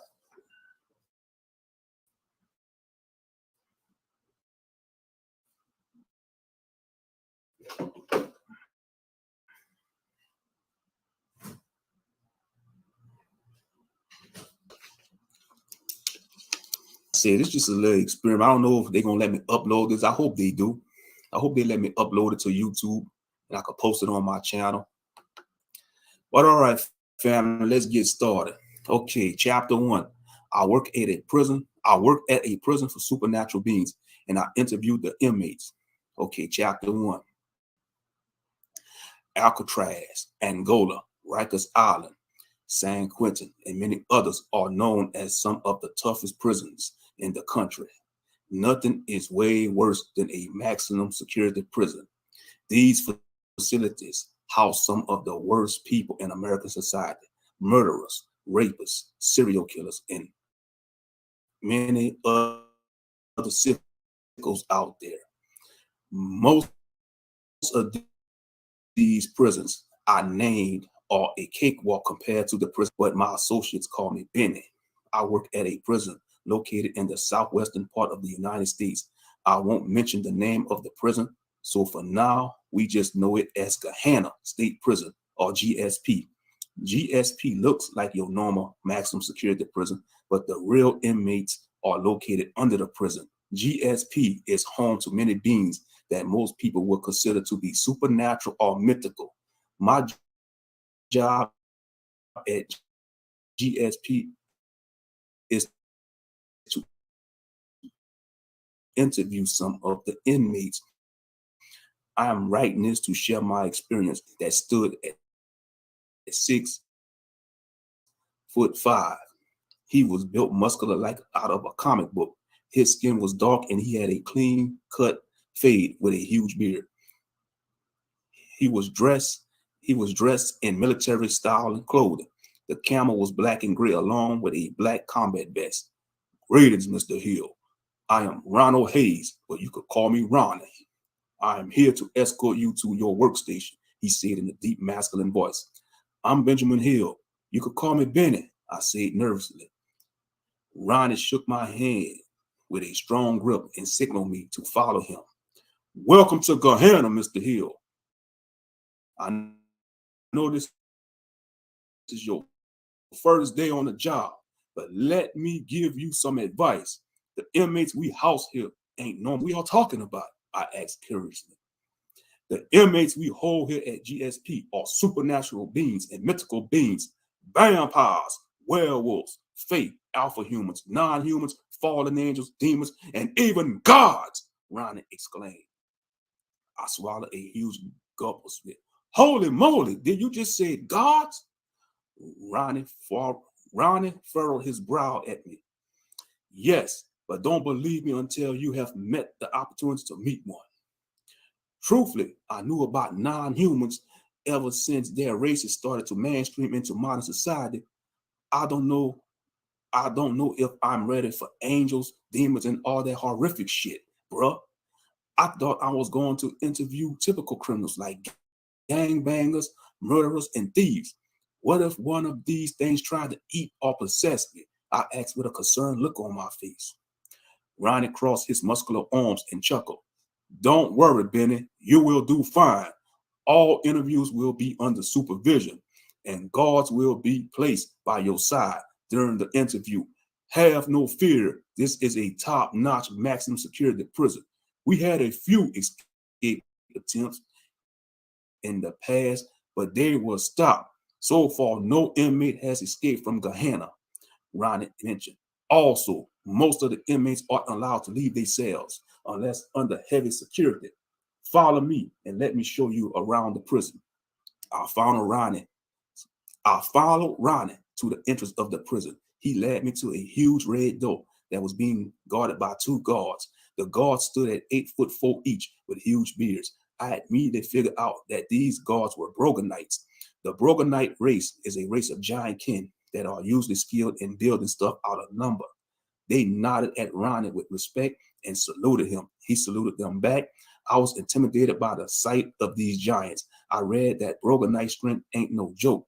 They can easily crush a normal human with ease. Ronnie pulled out a key card and slid into the terminal at the door. The huge, follow me inside this room, Mr. Hill. This elevator will take us to the real prison. Gahanna is located 100 feet underground, and this elevator is the only way in and out GSP. This elevator was built by the power of angels and faith. It can hold any type of weight and is watered by some powerful powerful protection magic from Archfrey.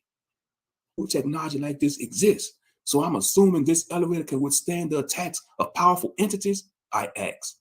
Most entities that are housed here, yes, but all beings, no. God forbid if we get invaded by a higher being from a higher dimension, this elevator will be ripped apart like paper. Have no fear, Benny. Most powerful entities from higher realms aren't concerned about Earth realm. They already know that most humans are low vibrational and ignorant of many things in the universe. Well, that's good to hear, because if we were to be invaded by a cosmic horror, we will all be fucked, I jest. Ronnie laughed as he pressed the elevator button. He pressed the button. He pressed the bottom of the, let's see. He pressed the bottom to the first floor. He pressed the button to the first floor. Benny studied the elevator and noticed that they had 7 levels to the prison. Hey, Ronnie, can you explain the different levels of the prison, I asked? Maybe later. Benny, let me focus on getting you to your workstation, he answered in a stern tone. The elevator made it to the first level. Ronnie and I got off and continued our walk. We came across another guard sitting in a security station. He was an orc at that. His skin was an olive green tone. His ears were slightly pointed. His eyes were yellow with a fierce look. His mouth had 2 huge tusks protruding out. He stood up and saluted Ronnie. Is this while staring at me with a tense look? Yes, Bobby. Mr. Hill is the new hire. Today is his first day on the job. Try not to scare him. Most humans aren't used to orcs. Blah, Bobby scoffed. Most humans fear us until they need our strength. Ever since society allowed us to mainstream, we made up at least 30% of the USA military. My race is fast breeders, and we are here to stay. So they better get used to being around orcs, Bobby ran it. Nice to meet you, Bobby, I said, nervous. Boy, I sense and smell the fear in you. Fear will get your ass eaten alive down here. I suggest you take your ass back to the surface, Bobby suggested. Give him a chance, Bobby. I have strong faith in Benny. I think the warden will be glad to have him among our family at GSP, Ronnie added. There you go with that sentimental bullshit again, Ronnie. You forgot this is fucking Gehenna, known as the 7 levels of hell among many entities on Earth realm. This is no corporate desk job with shitty potluck dinners. We are in a fucking prison full of monsters and creatures that will make the toughest human prisoners shit their pants, Bobby ran it. Are you done yet, Boreface? Ronnie asked. You're lucky that we go way back and I see you as a fellow brother in arms. Don't let that get to your head. I'm the captain of the guard and then second in command under Warden Rafael Jabril. Sorry, boss. And further into the first level of the prison, I looked around at the guards and noticed the majority of them were broken knights, orcs, and werewolves. Most of the medical personnel and scientists were elves, mages, and fate. Ronnie led me to a door that read Science and Research Department. I examined the employees in the room and noticed some of them were pale and had fans. Vampires, I thought to myself. Don't worry, Mr. Hill. Our vampire staffs are homeless. You only have to worry about the vampires that are inmates here, Ronnie mentioned. He's right. You don't have to worry about us attacking you, human, a female vampire said. The female vampire stood at 5'3" and was slimly built with pale brown skin. Her eyes were a pale blue color. Her hair was black and curly. She was dressed in casual clothes with a white lab coat. She approached Benny with her hand out. Hi, Mr. Benjamin Hill. My name is Selena Martin. I am a scientist here at GSP. You're among friends here, Selena said with an upbeat voice. I'm Benjamin, but you could call me Benny, I replied while shaking her hand.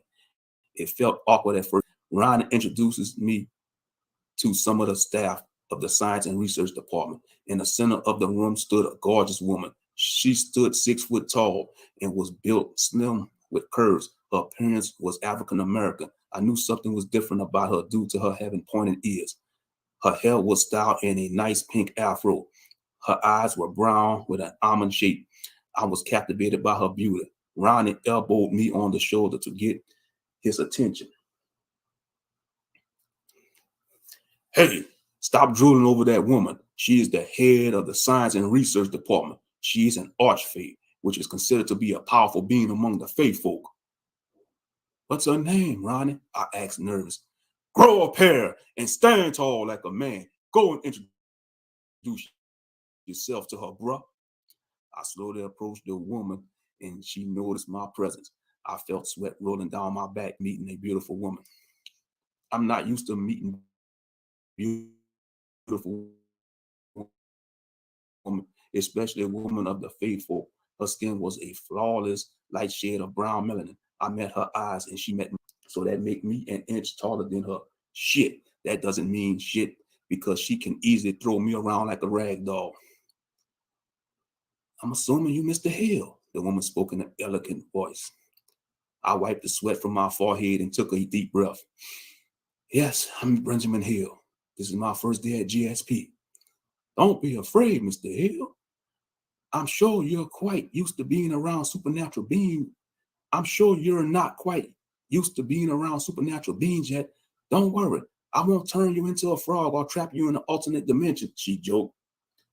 I laughed nervous. Well, that's a relief. I heard that you're supposed to be an archfey. Is this true? Yes, I am known as an archfey. Archfey are very powerful beings from the Fey realm. We can go toe to toe with archangels and archdemons. Some of the archfey even achieve the power of a god. My name is Shawnice Dream Cotton. Whip his or her ass. Shawnice chuckled. As that scenario presents itself to me, I must say I am quite prepared. My strength, my strength may be on a level of an art. I treat all my co-workers like they're a family. My department is a safe space for all of us.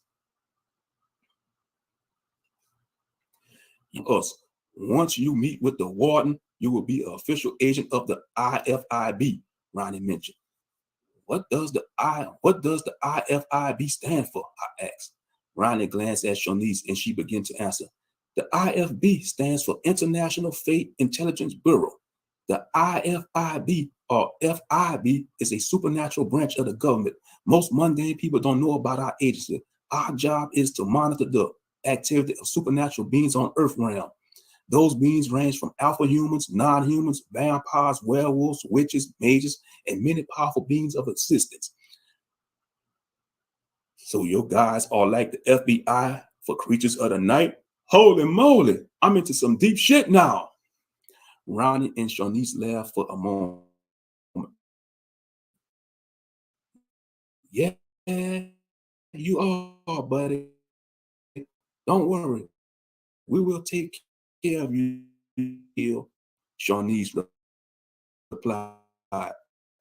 Selena Martin approached them.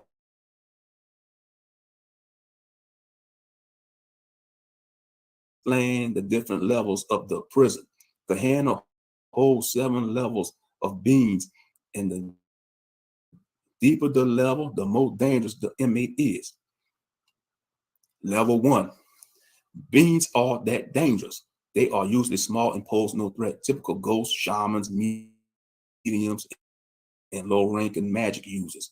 Level 2. Beings are actually dangerous. The beasts and non-human races. These beings can actually kill you. Level 3. Pose a higher threat. These beings are powerful forms of faith. ancient vampires, werewolf lords, powerful sorcerers, jinn, and powerful cryptids. Usually the FIB has to pit them down, but managed to take a few prisoners at GSP. Level 4, where it starts to get real. These beings down here are so powerful and pose a serious threat to humanity. If left unattended, some of them can wipe out humanity. These beings are alpha humans that use their powers for evil. Typically,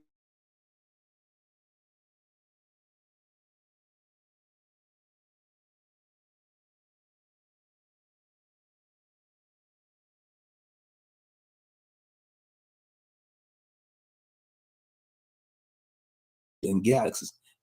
Thank God we don't have to worry about that, because these kind of beings aren't concerned about Earth realm. These beings will be ancient gods, primordials are known in pop culture as great old ones or cosmic horrors. Shit, it would probably take all the beings of the universe to defeat a cosmic horror. All gods of many pantheons and many galaxies will have to ally with each other. Angels and demons will have to team up and form a coalition. It will be an epic battle for sure, but I doubt that will happen. Truthfully, I pray to God it doesn't. I don't want to lose everything I hold dear to me.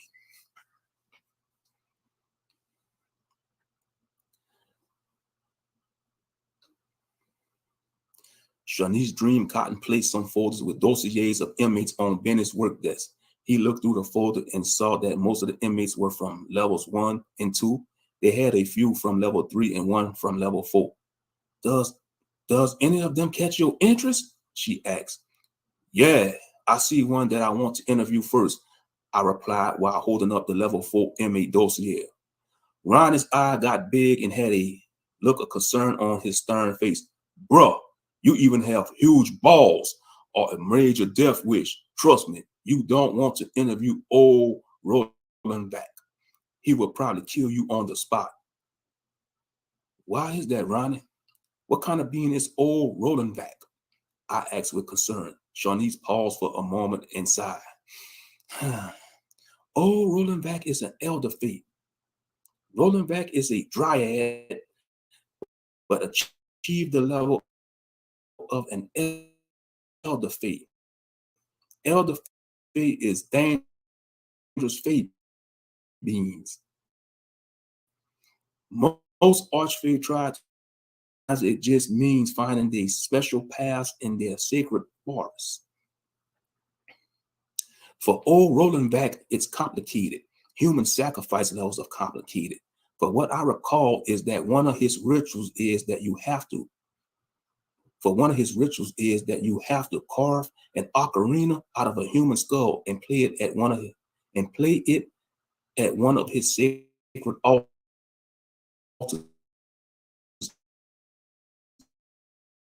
in his territory. He will appear to the worshiper and offer them a boon or ban. He can also heal all diseases, remove curses and hexes, add years to your life, and grant a person immortality. It's also rumored he can resurrect the dead. I doubt it, though, Shawnice explained. Holy moly, this old Rolling Back must mean serious business. Holy moly, this old Rolling Back means serious business. Sounds to me like an ancient, pissed off old tree hugger, Benny jested. Shawnice and Ronnie remained silent and weren't laughing at Benny's jokes. Bruh, if you only knew how many lives was lost just to capture and imprison that old bastard. We tried many methods to kill old Rolling Back during his stay here. That old bastard keeps cheating death. Maybe all the gods of death fear his old ass or something, Ronnie ranted. How was Rolling Back defeated and captured? I asked. I will let Warden Jabril answer that for you when you meet him in his office, Ronnie replied. A woman's voice was heard on the loudspeaker in the lab. Mr. Benjamin Hill, report to Warden Jabril's office. Shanice nodded at him. Good luck with meeting with the warden.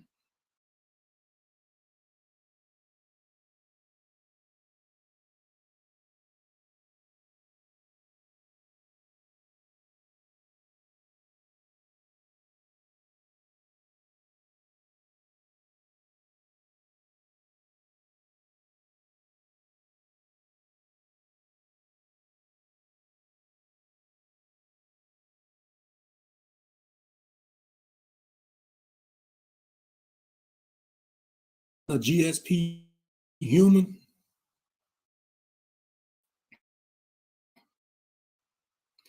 Ronnie paused for a moment and gave me a stuff. Fearless leader belongs to the Malekith race.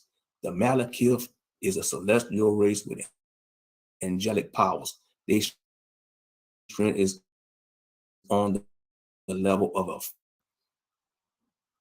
and many other supernatural high-ranking angels like Archfighter can fuck with Archangel Michael.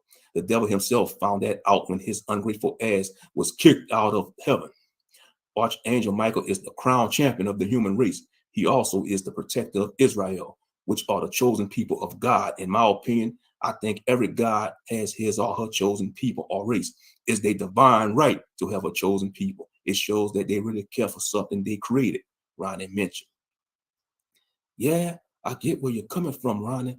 From my understanding, the Israelites were always rebellious to their God. He ended up cutting them off and forsaking them. They even rejected their Messiah. What ungrateful people there were, I stated. Ronnie shook his head at Bennett. Bro, you have a lot to learn. Hopefully one day supposed to, the answer might shatter the very core of the belief they stand on. You are speaking of cognitive dissonance, bro. I don't suffer from it, and I always open to others' opinions, I replied. Look, Benny, let's go meet with the warden. We don't want to keep him waiting, Ronnie asserted. Yeah, so that was chapter one, that was chapter one of I work at a prison for supernatural beings, and I interviewed the inmates. The fantasy story got mythical mythology in it, fantasy. You got to be an open mind to read this, this is from my mind, but like I said, I just wanted to see if I'm gonna post it and stuff. But yeah, let me know what y'all think.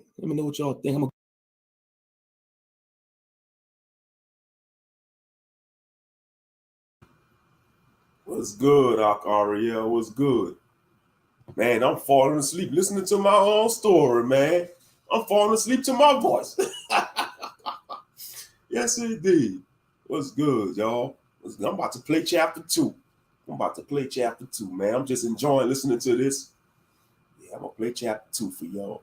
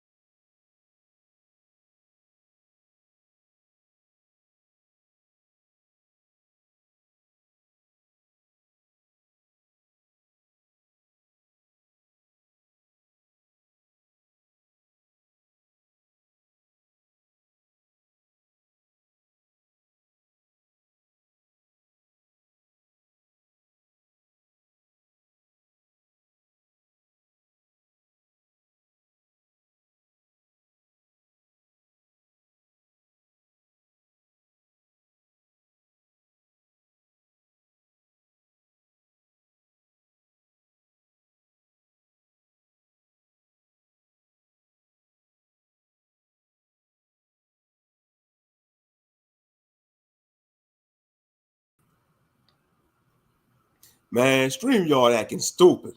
That's okay. I know what I'm gonna do. I got something for their asses. I'm gonna play it off my phone. I got something for their asses. Fuck! God damn it. I'm a bitch.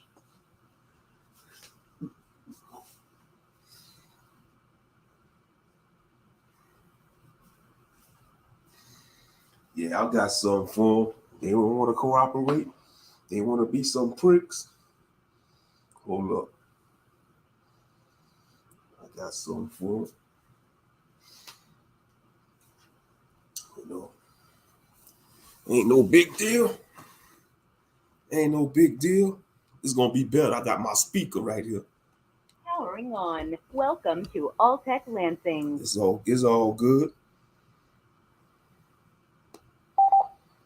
It's all good. I got something for them monkey ass.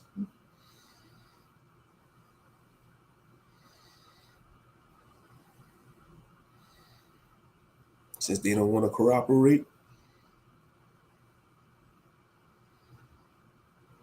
There we go. All right. Okay, Voices of Gehenna. Let me lower it a little bit. Let's do it. Let's get it. Chapter 2. The captain of the prison guard, known as Ronald Hayes, led me to the warden's office. The door to the office was made out of gold, and I mean solid gold. The door must have cost a damn fortune to make and install. Ronnie knocked on the door, and I braced myself to meet with the prison warden. The door had read, Warden Zachariel Jabril. Come in, Mr. Hill. A voice boomed from the office. I entered the room and saw a beautiful brown-skinned elderly woman typing on a computer. Now the warden was a sight to behold. He stood at 6'7" and was in decent shape. His skin was dark and clear. His hair was pure white with specks of gold. His eyes were a golden color and they were glowing a little bit. He was dressed in all white from top to bottom. His suit was fit with perfection. I must say this man was handsome and looked like he fell out of heaven. I am not attracted to men or go that route. I prefer the company of women and had at least 2 relationships in my adult life. Warden Jabril had the countenance of an angel. Welcome to my office, Mr. Hill. I am Warden Zachariel Jabril, and this elder beauty over there is my assistant, August Daisy. She is a wood elf and a valuable team member. I have high hopes for you, Mr. Hill, and usually my predictions never fail. He spoke with authority. Welcome to GSP, Mr. Hill. August Daisy went and said while typing. Thank you, Warden Jabril. I try to do my best here at GSP. No disrespect, but you are kind of young to be a warden. I mean, you passed for a man in his mid or early 20s. I admit to the warden. Human, you have a lot of stuff to learn here at GSP. I may look beautiful, but my eyes have seen over 3 centuries of experience. My kind is long-lived, like nocturnes, elves, and many other beings with longevity. Don't get it twisted, Mr. Hill. Longevity isn't all that. You will see many things and experience a lot of ups and downs. Some of our vampire inmates are over a couple thousand years old. You should hear them begging me to put them out of their misery. I choose not to because I want them to know that they are powerless here at GSP. Gehenna is known as the 7 levels of hell by many beings, so that makes me the head devil in charge of this hell. I was petrified at the sight of the warden. I knew he meant business and was to be taken seriously. Mr. Hill, take a seat in front of my desk and let me review your dossier. The warden directed at me. I immediately followed his instructions. His office was huge and had many paintings. The chair at his desk was a golden throne with a purple velvet color for the seat. I also noticed a huge painting of Archangel Michael defeating Satan in the background. Michael was black with dreadlocks, and his armor was radiant. He had a huge flaming sword in his hand. Satan was on the ground and laying there defeated. I noticed another portrait showing Moses parting the Red Sea and the ancient Israelites crossing for their freedom. The warden noticed me glancing at the pictures. I see you like my art collection, Mr. Hill. Those paintings are done by me. Art is a pastime for me. Some of my paintings are worth millions. Only the highest bidders can acquire my pieces. I'm not into art, but I must say, I've never seen pictures of the people in the Bible being melanated. Most museums and media show them as being of European descent. Yeah, I'm still listening, y'all. I'm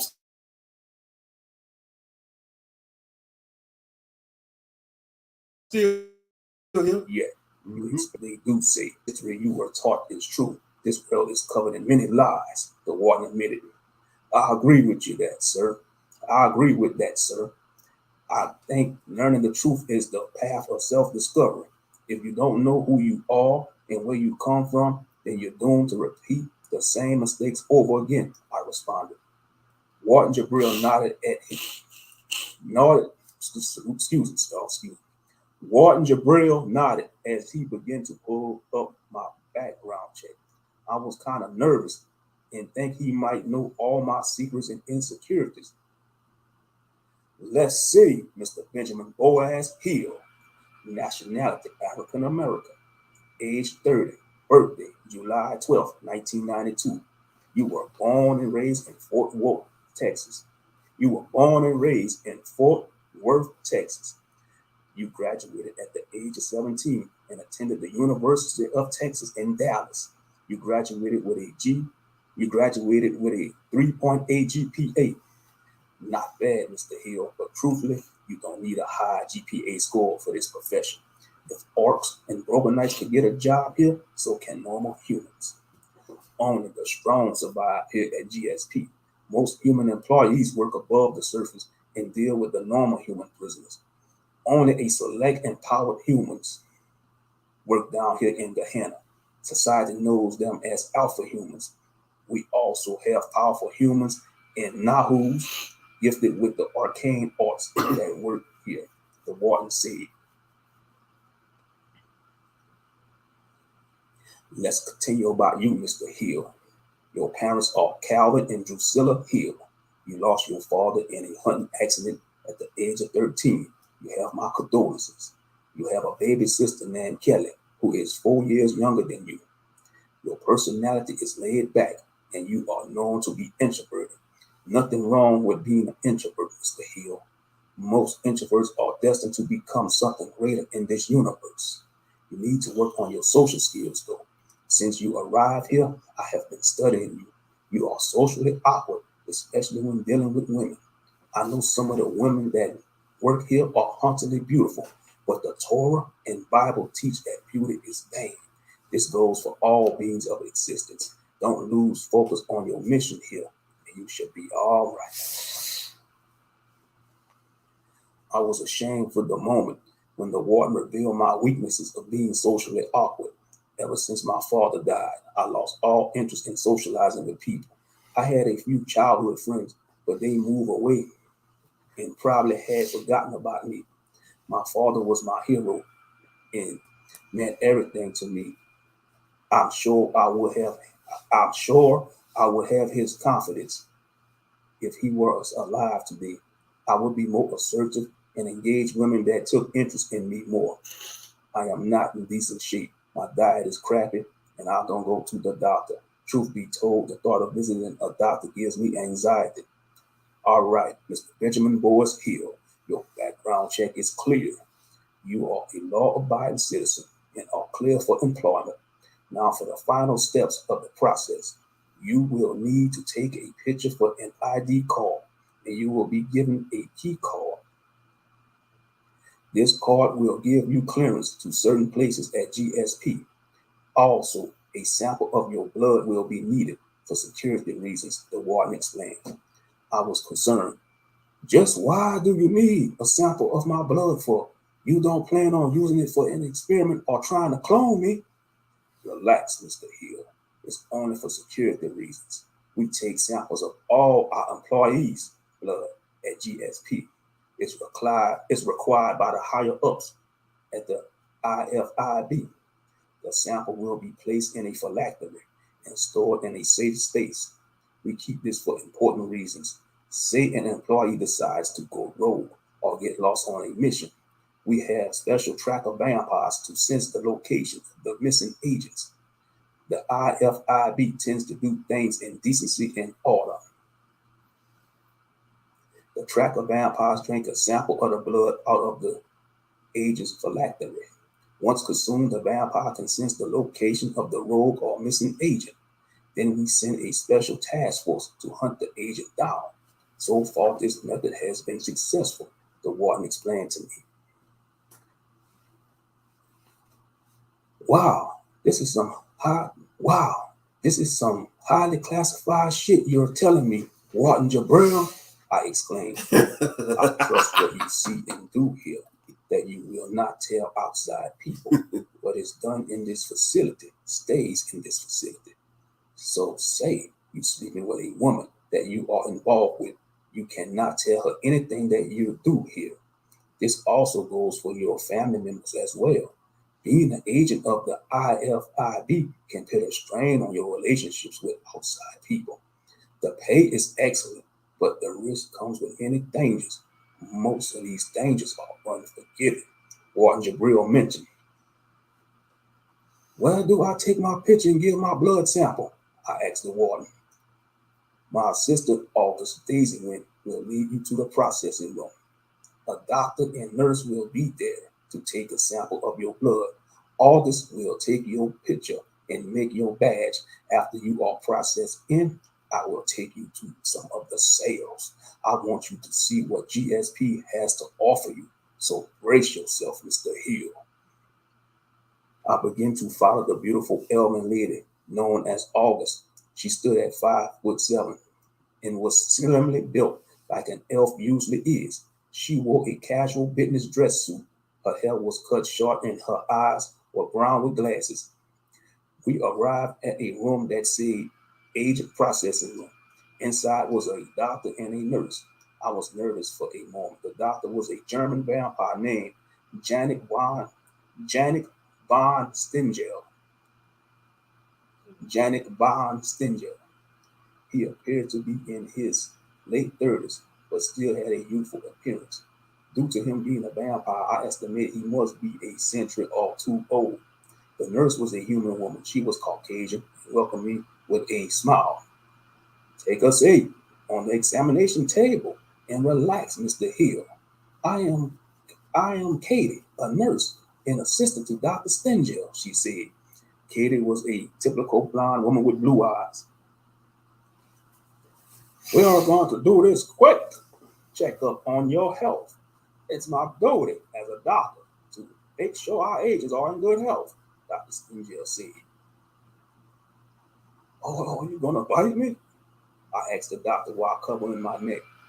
Dr. Stingel laughed. Nonsense, Mr. Hill. You have nothing to worry about. I already had my fill of blood for the day. The IFIB make their vampire employees drink animal blood. We are forbidden to drink human blood at GSP. If caught, we can face prison time or termination. I sighed with relief and relaxed while the doctor started examining me. Nurse Katie helps me to remain calm and instructs me to remove my shirt.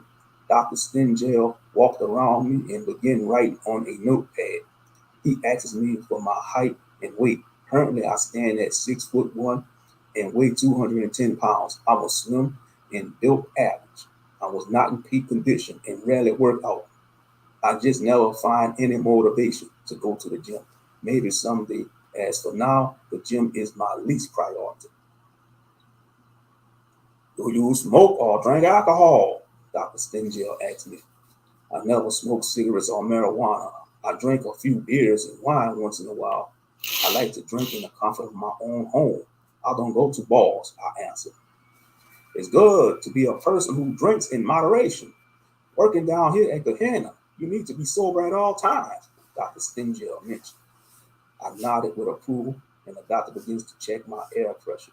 After he was finishing doing the basic checkup, he signaled for Katie. Katie approaches him with the blood drawing tools. Katie rubs some medical alcohol on my right arm. with a cotton ball. Dr. Stengel took a needle and begins to draw a sample of my blood. It felt like a sharp sting, but I'm used to needles. Ah, you see, that wasn't so bad. You took it like a champ, Dr. Stengel mentioned while removing the needle. I was glad this part was over because the doctor gave me the creeps. I know he meant no harm, but I'm not trying to trust vampires very soon. I put my shirt back on and left the room. August was outside waiting for me. She led me to another room and told me to stand in the corner. It's time to take your picture, Mr. Benjamin Hill, she said with excitement. Smile for the camera or not. August takes my picture, and it came out looking like a mugshot. I'm not the one to smile much ever since I lost my father. When I was a child, I smiled a lot. For most of my adulthood, I limited my smiles. You're free to go, Mr. Hill. I will send you a message when your ID card is ready.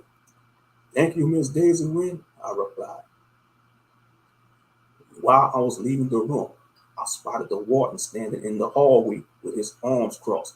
The way he stood radiates power and authority. This man was what most men could only dream of becoming. He looked like a fresh 20-something-year-old, but his aura and eyes tell a different story. The warden is way older than me and all my natural family members. He signals me to come to meet him. I begin to walk up to him. Are you ready to visit some of the demons in my hellish kingdom? The warden asked me. I'm kind of nervous, but if you insist, then I'm game. Besides, I'm sure most of the inmates here respect you, Warden Jabril, I answered. Toughen up, Mr. Hill, and show no fear around them.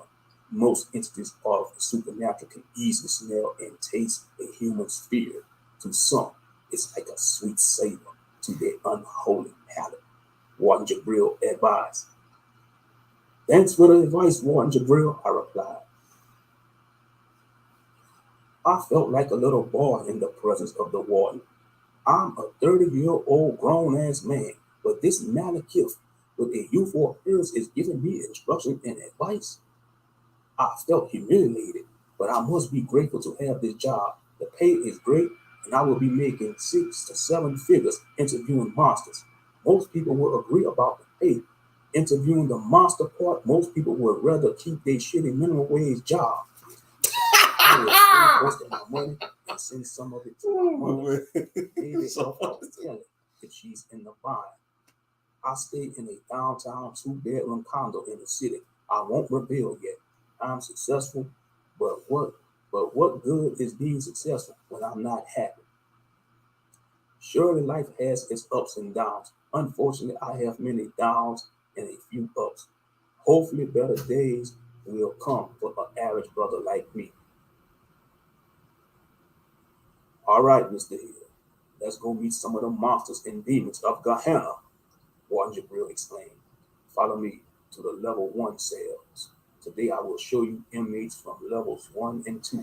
Follow my instructions and you shall be all right. It's time to man up and embrace your destiny.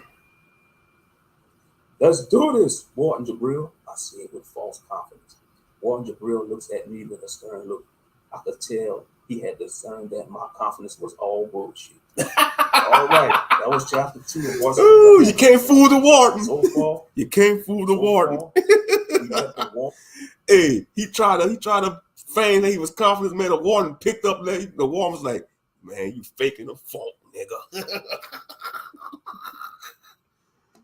We met his assistant, August.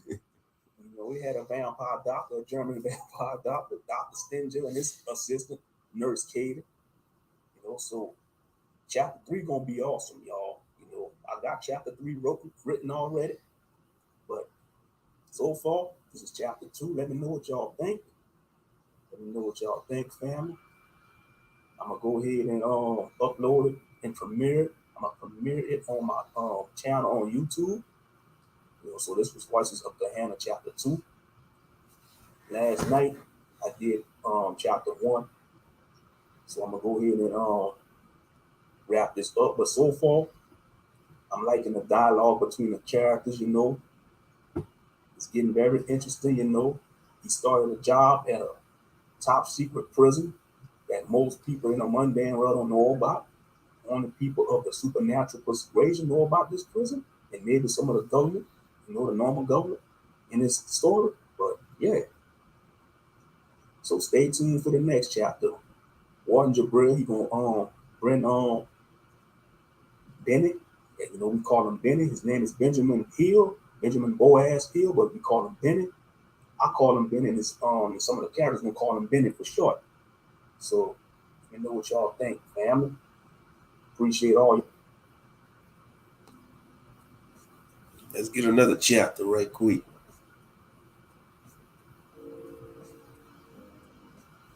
Uploaded to my channel on YouTube in the West Texas area.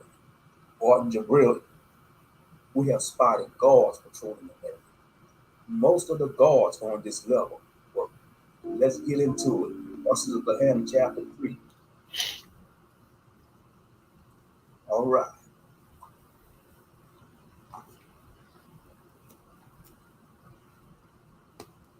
All righty, family. Let's do it. Voices of Gehenna, chapter 3.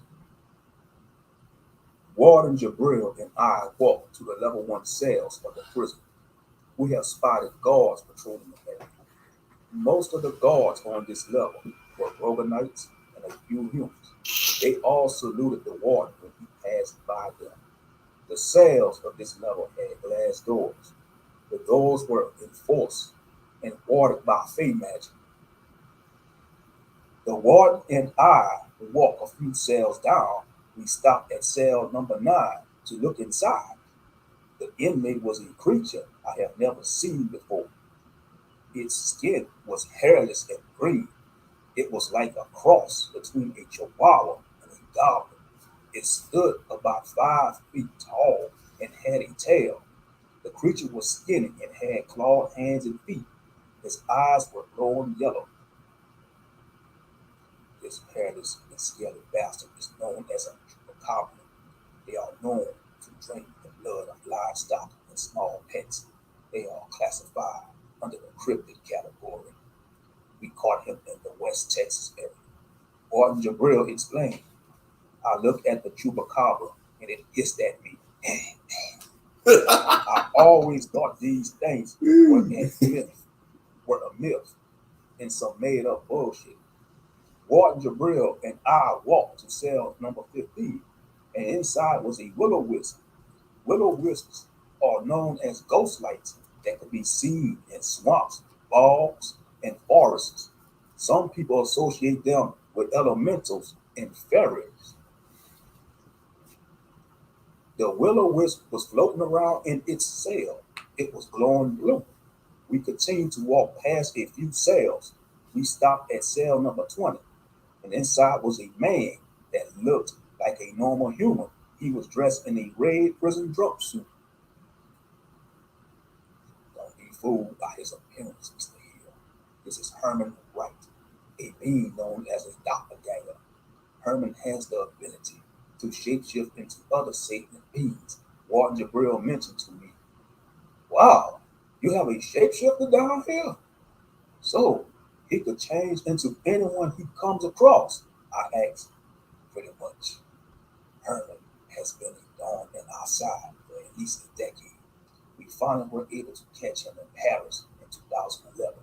He is a master thief, even a trickster, and has stolen many priceless artifacts from museums. He made a killing on the black market. Warden Jabril answered. Herman Wright's iron form was a Caucasian man. He stood at 5'8" and was built athletic. He came up to meet us at the door of his cell. His face was clean shaven and had a bald head. His eyes were blue. Greetings, Warden. When are you going to let me out of here? How about you let me work for you and I can earn my freedom? Herman suggested. Warden Jabril scoffed at Herman. Your flattery isn't going to reduce your sentence at Gehenna, Herman. I suggest you get used to living here. Gehenna is your new home for a very long time. Herman glanced at me for a moment. Who is this guy? This man is Benjamin Hill. He is a new hire, and his job is to interview certain inmates at Gehenna. I suggest you show him some respect or get more time added to your sentence, Warden Jabril suggested. Oh, come on, boss man. My sentence is 200 years. I don't need more time added to my sentence. Herman protests. Your kind is part of the fate and live for at least 200 to 300 years. You can handle the sentence. And besides, you have nothing to worry about. Our inmates at Gehenna are contained on a maximum level, meaning you are safe from others and others are safe from you. True, but most doppelgangers don't live a full life. Most of us don't even make it to our first century. We are the least trusted race because of our shape-shifting ability. Most societies view us as vermin. I don't let that stop me from being me, Herman said. Nice to meet you, Herman. I'm Benjamin Hill, or you could call me Benny, I said to the doppelganger inmate. He grinned and chuckled. Yeah, you seem like a laid-back kind of guy. Word of advice to you. Never turn your back on the inmates that you interview. They may do some weird and scary shit sometimes, but never show any fear to them. Also, treat them like a person and not like a monster, Herman advised. Thanks, Herman. I will try to remember the advice when I interview the inmates, I replied. We left Herman's cell and continued down the cell block. Truth be told, Herman seemed like a cool guy, minus him being a thief. I still wouldn't invite him over to my house. I might end up with a few items missing. I was leaving my feet wet at Gehenna. It was an eye-witnessing experience. The warden and I headed to the elevator to take to the level 2 area. Warden Jabril pressed the button and the huge elevator began to move. Brace yourself to level 2, Mr. Hill. Down here we have some strong cryptids, rare beasts, and alpha human villains. I will take you to meet a few of them. Some of the inmates down here are potential candidates for an interview, Warden Jabril said. The elevator stopped on level 2, and we proceeded to the cell block. Some of the cells were like the ones on level 1. Some were reinforced with thick steel doors. I heard some of the creatures grunting and growling and moving around in their cells. The warden stopped and pointed to cell number 1. Inside was a Bigfoot-type creature known as a taku. The creature had on a top hat with a brown trench coat. He was wearing prison uniform pants. This creature was intelligent. He tilted his top hat at me and gave me a wave. I see the hairy gentleman wants to greet you, the warden said. I slowly walked up to the cell. The hairy gentleman's fur was a brown color. His face was dark with yellow eyes. He had to be at least 7 to 8 feet tall. Good day to you, warden. Good day to you, sir, the creature said to us. Holy moly, that thing just spoke, I shouted while shocked. I thought these creatures were mindless brutes. Don't let his intelligence fool you. The hairy gentleman is a notorious savage. The taku are known to rip the genitals from local cattle. They also love to rip apart human hunters that come near their territory. Their kind is usually found in South Dakota. The hairy gentleman has killed countless cattle and murdered over 15 people around his territory. Believe it or not, when we caught him, he surrendered to our agents without a fight, the warden explained. Don't worry, human. I won't rip your love muscle off. You will need it someday to create little humans, but first, you have to find a mate, the hairy gentleman said to me. I was astonished at his comment, and the warden wasn't surprised at all. He shook his head and scoffed at the hairy gentleman. I'm not ready to start a family, he just said to us. Holy moly, that thing just spoke, I shouted while I thought these creatures were mindless brutes. Don't let his intelligence fool you. The Harry gentleman is a Big salute, K. Judah. Big salute, Oscar. taco hate Big salute, man. representatives from local cattle. They also love to rip apart human hunters that come near their territory. Their kind is usually found in South Dakota. The Harry gentleman has killed countless cattle and murdered over 15 people around his territory. Believe it or not, when we caught him, he surrendered to our agents without a fight, the warden explained. Don't worry, human. I won't rip your love muscle off. You will need it someday to create little humans, but first, you have to find a mate, the Harry gentleman said to me. I was astonished at his comment, and the warden wasn't surprised at all. He shook his head and scoffed at the Harry gentleman. I'm not ready to start a family yet, and besides, I have to focus on surviving down here, I said to him nervously. Ha ha ha ha, you're a good human. Hey, Warden Jabril, I want to be interviewed by this human, the Harry gentleman requested. That's not your decision to make, creature. I'm in charge here and set up the interviews for Mr. Hill. Even if Mr. Hill wants to interview you willfully, he still has to get my approval, Warden Jabril said with authority. The Harry gentleman grunt and tilt his hat to us again. If he decides to interview me, make sure to serve some tea for us. I love to drink tea. Sasquatches brews some of the best tea in the world. Hold up a second. Did you just say that your kind knows how to make tea? I asked the Harry gentleman. Yeah, puny human. My kind are dumb brutes, like your media and news stories tell you. My kind is more than meets the eye.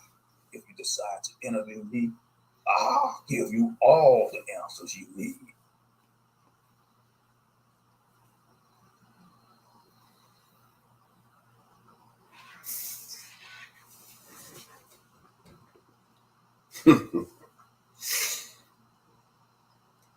That's up to me to decide what you put in. I'm glad, because I don't want to be placed in a cell with that monster. I don't want to be eaten or ripped apart, I said to the warden. We decided to leave cell 1, and the warden instructs me to follow him. We stopped at cell number 13, and inside was a werewolf-type creature. I read the cell information, and it said Hellhound Hilly. Hellhound Hilly was a creature known as a dogman. Dogmen are humanoid canine creatures that can be spotted in the deep woods. Hellhound Hilly was unique from the rest of his kind. He has the ability to control hellfire, which makes him a dangerous monster. He resembled a 7-foot tall, upright Belgian shepherd. His fur was brown and black. His eyes were brown, but when his powers are activated, they glow red. He ran up to the cell door on all fours and started sniffing. Whoa! He barked. I jumped away from the cell and started to tremble. The warden was home and He got scared. Hellhound Hilly grinned at me, showing his sharp canines. This thing looked like he stepped out of the pits of hell. Whoa! Welcome to Kahana, pussy! The warden pulled out a huge revolver from his suit jacket. I'm surprised Billy didn't shit himself. I have never seen a gun crafted like that before. Here, good boy, Hilly. I don't want to have to put you down, Warden Jabril said while pointing the gun at Hilly's cell door. Hellhound Hilly backed away from the door. The warden puts his gun back in the holster. Mr. Hill, I sure hope you don't pitch your pants on the first day on the job. The last few employees that had your job either piss, shit, or vomit on the first day, Warden Jabril admitted. I wanted to. By the way he sounded when he balked. The sound of his balk had the bones in my body shivering.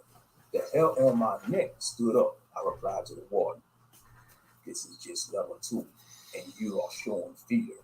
Don't be so tense, Mr. Hill. Hellhound Hilly is a small threat compared to what's down in the deepest level. In the deeper levels of Gehenna, try to stay frosted. Try to stay frosted on our touring. We'll try, Warden Jabril, I replied, while wiping the sweat off my face. All right, let's go meet a female inmate this time. Let's go meet us a witch, the warden said while walking forward. We walked to cell number 18, and inside was a young woman. She looked like she was in her late teens or early 20s. She was wearing the red prison uniform. She was a light-skinned African-American woman with Afro puffs. She was sitting on her cell bed with her arms crossed. Mr. Hill, meet Kanisha Jones. Mr. Hill, meet Kanisha Jones, a.k.a. Bojinka. Bojinka is a natural-born witch from the Purple Crescent Coven. She may look like a puny teenage girl, but she's a force to be reckoned with. Her coven specializes in hexes, healing, and using elementals to aid them in battle. Bojinka has control over a few elemental beings, Warden Jabril explained. The petite teen witch stood up and stared at me. Her face looked so innocent and soft. Looks can be deceiving, because a witch is still a witch. She was reading my energy and knew I was nervous. She chuckled and smiled at me. Hey, mister, don't be afraid of me. You should be used to suits by now. Most suits are common in society now. Vampires, nocturnes, witches, werewolves, and warlocks hold certain places in the world. Truly, people will still label us monsters, demons, and children of the devil, but we are still people. Suits have free will, just like any other being in the universe. Some of us want to live in peace with humans and other non-human races. Bojinga protests. What's a suit? I asked Bojinga. Duh, it's short for supernaturals. Seriously, you need to catch up on your slang, Bojinga joked. Well, excuse me, missy. I'm not the one to keep up with all the modern day lingo, I replied. Don't be so serious, mister. I was just joking. Don't be all moody like a disgruntled old man, Bojinka joked. Hey, I'm not that old. I'm 30 years old and still in the prime of my youth, I replied. She chuckled at me. Yeah, that's old. And most of my peers will agree with me. Another 10 years, another 10 more years, and it will be over the hill for you. You're just a child yourself. What makes you think that I am old? Yeah, I have a beard, and my hair is clean cut. I may not be built athletic, but I can still get around. Child, you have a lot to learn about life. Witch or not witch, life isn't a joke, girl. I ran into Bojinka. Are y'all two done yet? The warden asked. Both of y'all are quarreling like a father and daughter. I kind of find it quite funny. Technically, he's old enough to be my daddy, Bojinka said with a smirk on her face. Hey, stop it with the old man jokes. I would want a witch for a daughter. She might burn my house down if I don't give her what she wants for her birthday. That's enough, Bojinka. I don't want you raising Mr. Hill's blood pressure, Warden Jabril said. All right, Warden Jabril, I will stop joking for now.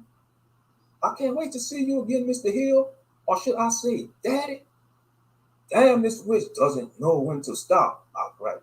The warden stared intensely at Bojinka. His golden eyes was glowing with a stern look. The witch girl fell to the floor and couldn't move. She was struggling to get up but failed at every attempt. Make it stop, Warden! Make it stop! She yelled. The warden stopped and crossed his arms. I was terrified at what I just witnessed. I had witnessed something like this before in a popular anime I watched. It was like the warden was raising his spiritual energy or aura. Bojinka couldn't handle the pressure of the warden's aura. Be a good girl, Bojinka. I don't want to have to use my holy aura on you again, Juan Jabril demanded with authority. What is the holy herb, mine, I asked? The Malakith race has angel blood in our veins, and we are blessed with some of their abilities. The holy herb technique is used to raise our energy, to subdue our enemies. It will only work on weaker beings, though. Juan Jabril answered with confidence. So you're really a celestial being? I asked. Yeah, a kind of celestial beings with free will. We live just like normal people in certain realms. Ojinka got up and sat on her bed and started reading a book. She was reading a book on healing and medicinal herbs. We left her to her business and continued our journey on level 2.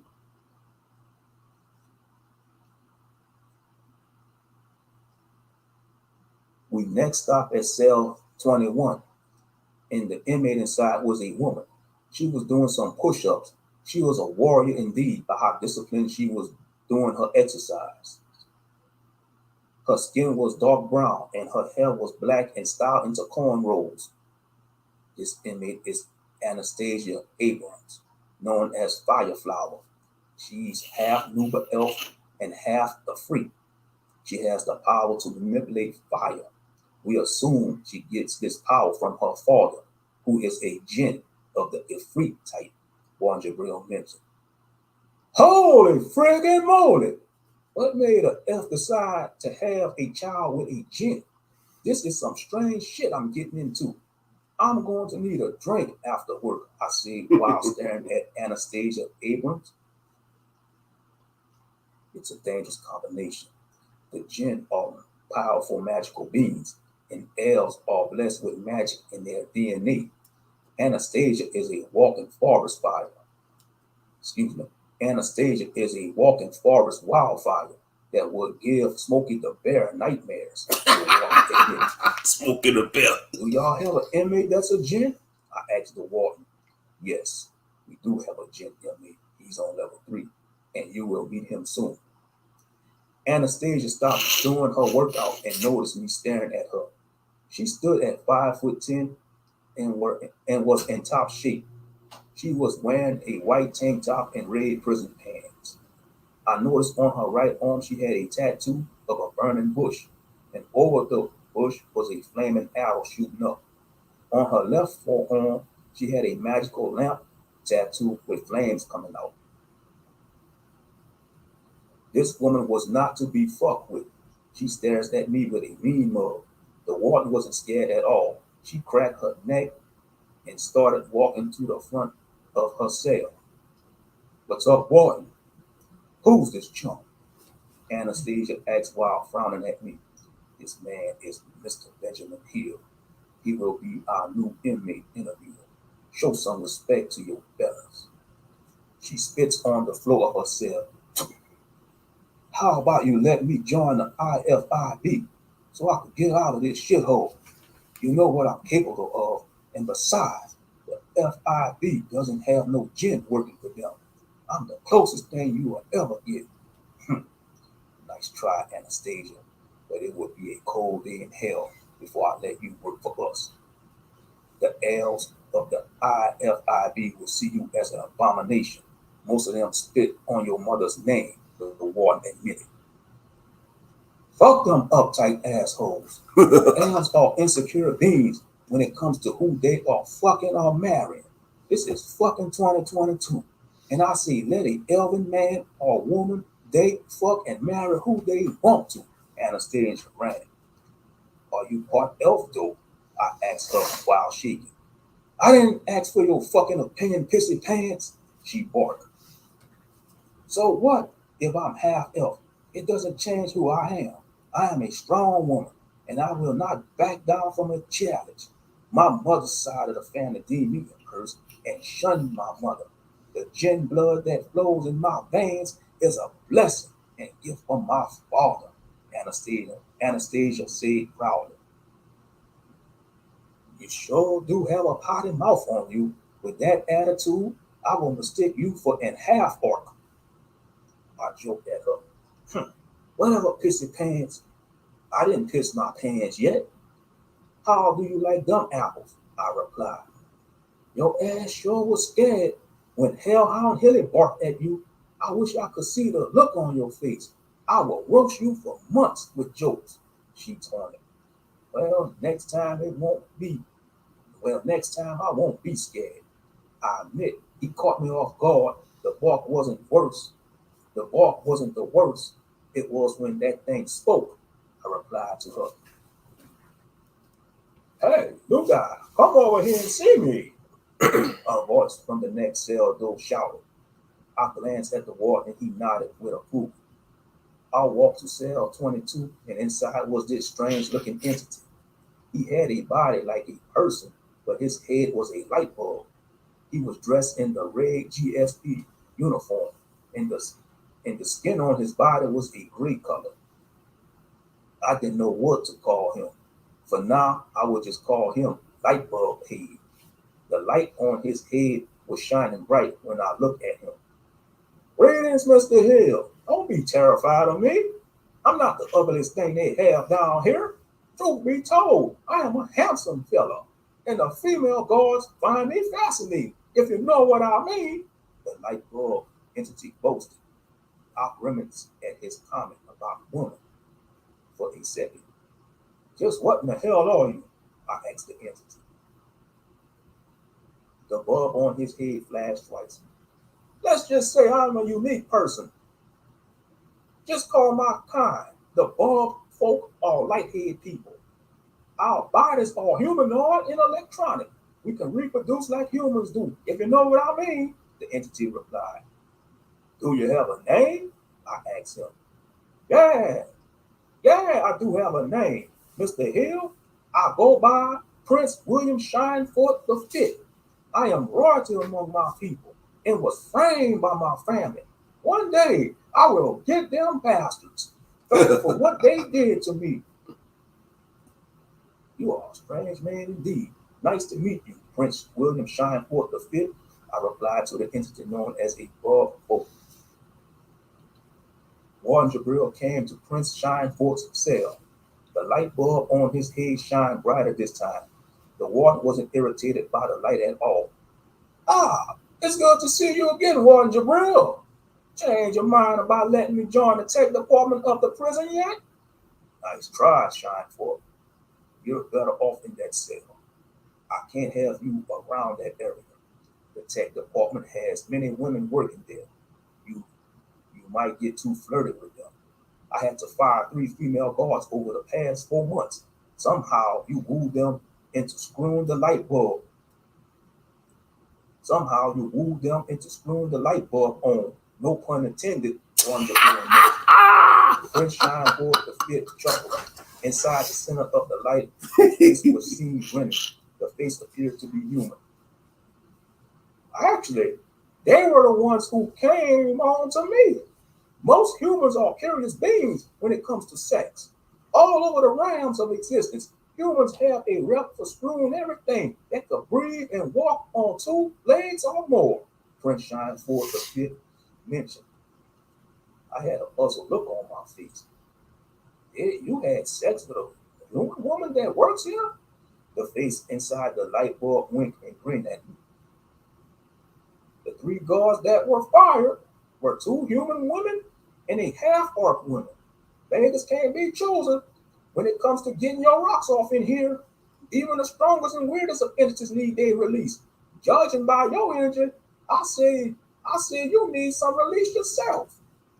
I had an embarrassing look on my face. I'm not into men, and I'm definitely not trying to find out how it feels to screw a light bulb. No pun intended. Well, that's good to hear, Mr. Hill. I'm a certified ladies' man, and there are many women out there seeking to be enlightened, he replied with a smirk. Hey, knock it off, light bulb head, Anastasia yelled inside her cell. Don't be such a hothead fire flower. This bulb can handle the flower in your passion region, Prince Shineforth V taunted. When I say bulb, I mean the bulb in my pants. Fuck you. Try that, and it will be your last day on Earth realm, light bulb head. Oh my. That son of a bitch is a pervert, man. Light bulb head. You couldn't have the fire flower anyway. She's part Ephraim, and her plans will crack your bulb. I suggest you stop with the perversion, light bulb head. You don't want to face my wrath, the warden suggested. All right, sir. No more lewd jokes. I don't want to find out why most beings call you the celestial devil or the demon of righteous indignation. Light bulb head responded. Good then. Now we have an understanding, the warden replied. On the intercom, August's voice could have been heard. Mr. Hill, your ID and key card are ready to pick up. Report to the warden's office ASAP.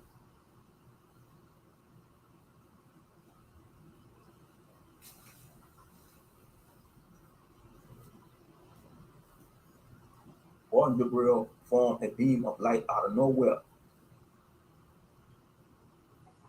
Warden Gabriel formed a beam of light out of nowhere. It was like he opened a portal. He signaled me to follow him through the light portal. I followed him through and we were transported to his office. I felt relieved to be back in his office. I think I had enough of meeting monsters for the day. August Daisy Wynn greeted the both of us with a smile. She handed me my ID and key card. Make sure you don't lose these tools. Your ID and key card are proof of your employment here. You will need to present these to other agencies out there. For example, agencies like the Non-Human Agency or the NHA, the Hunters Guilds of the World, and the Tri-Fist Alliance. August Daisy Wynn explained to me. Thank you, Miss Daisy Wynn. I will do my best to hold on to these tools, I replied to her. Mr. Hill, it's 1 p.m. in the afternoon. I think it's time for you to take a lunch break. Take a 1 hour's lunch and report back to your workstation. Go over the inmates' dossiers at your desk. Select 3 inmates you would like to interview tomorrow. Bring them to my office and I will review them. You must have my approval before you interview the prisoners of GSP, Warren Jabril instructed. I did what I was told and headed to the lunchroom. Truth be told, all this walking around and meeting co-workers and inmates sure did had me hungry. All right, family, that was chapter 3. Man, this was a wild chapter. Like I said, you had adult situation jokes.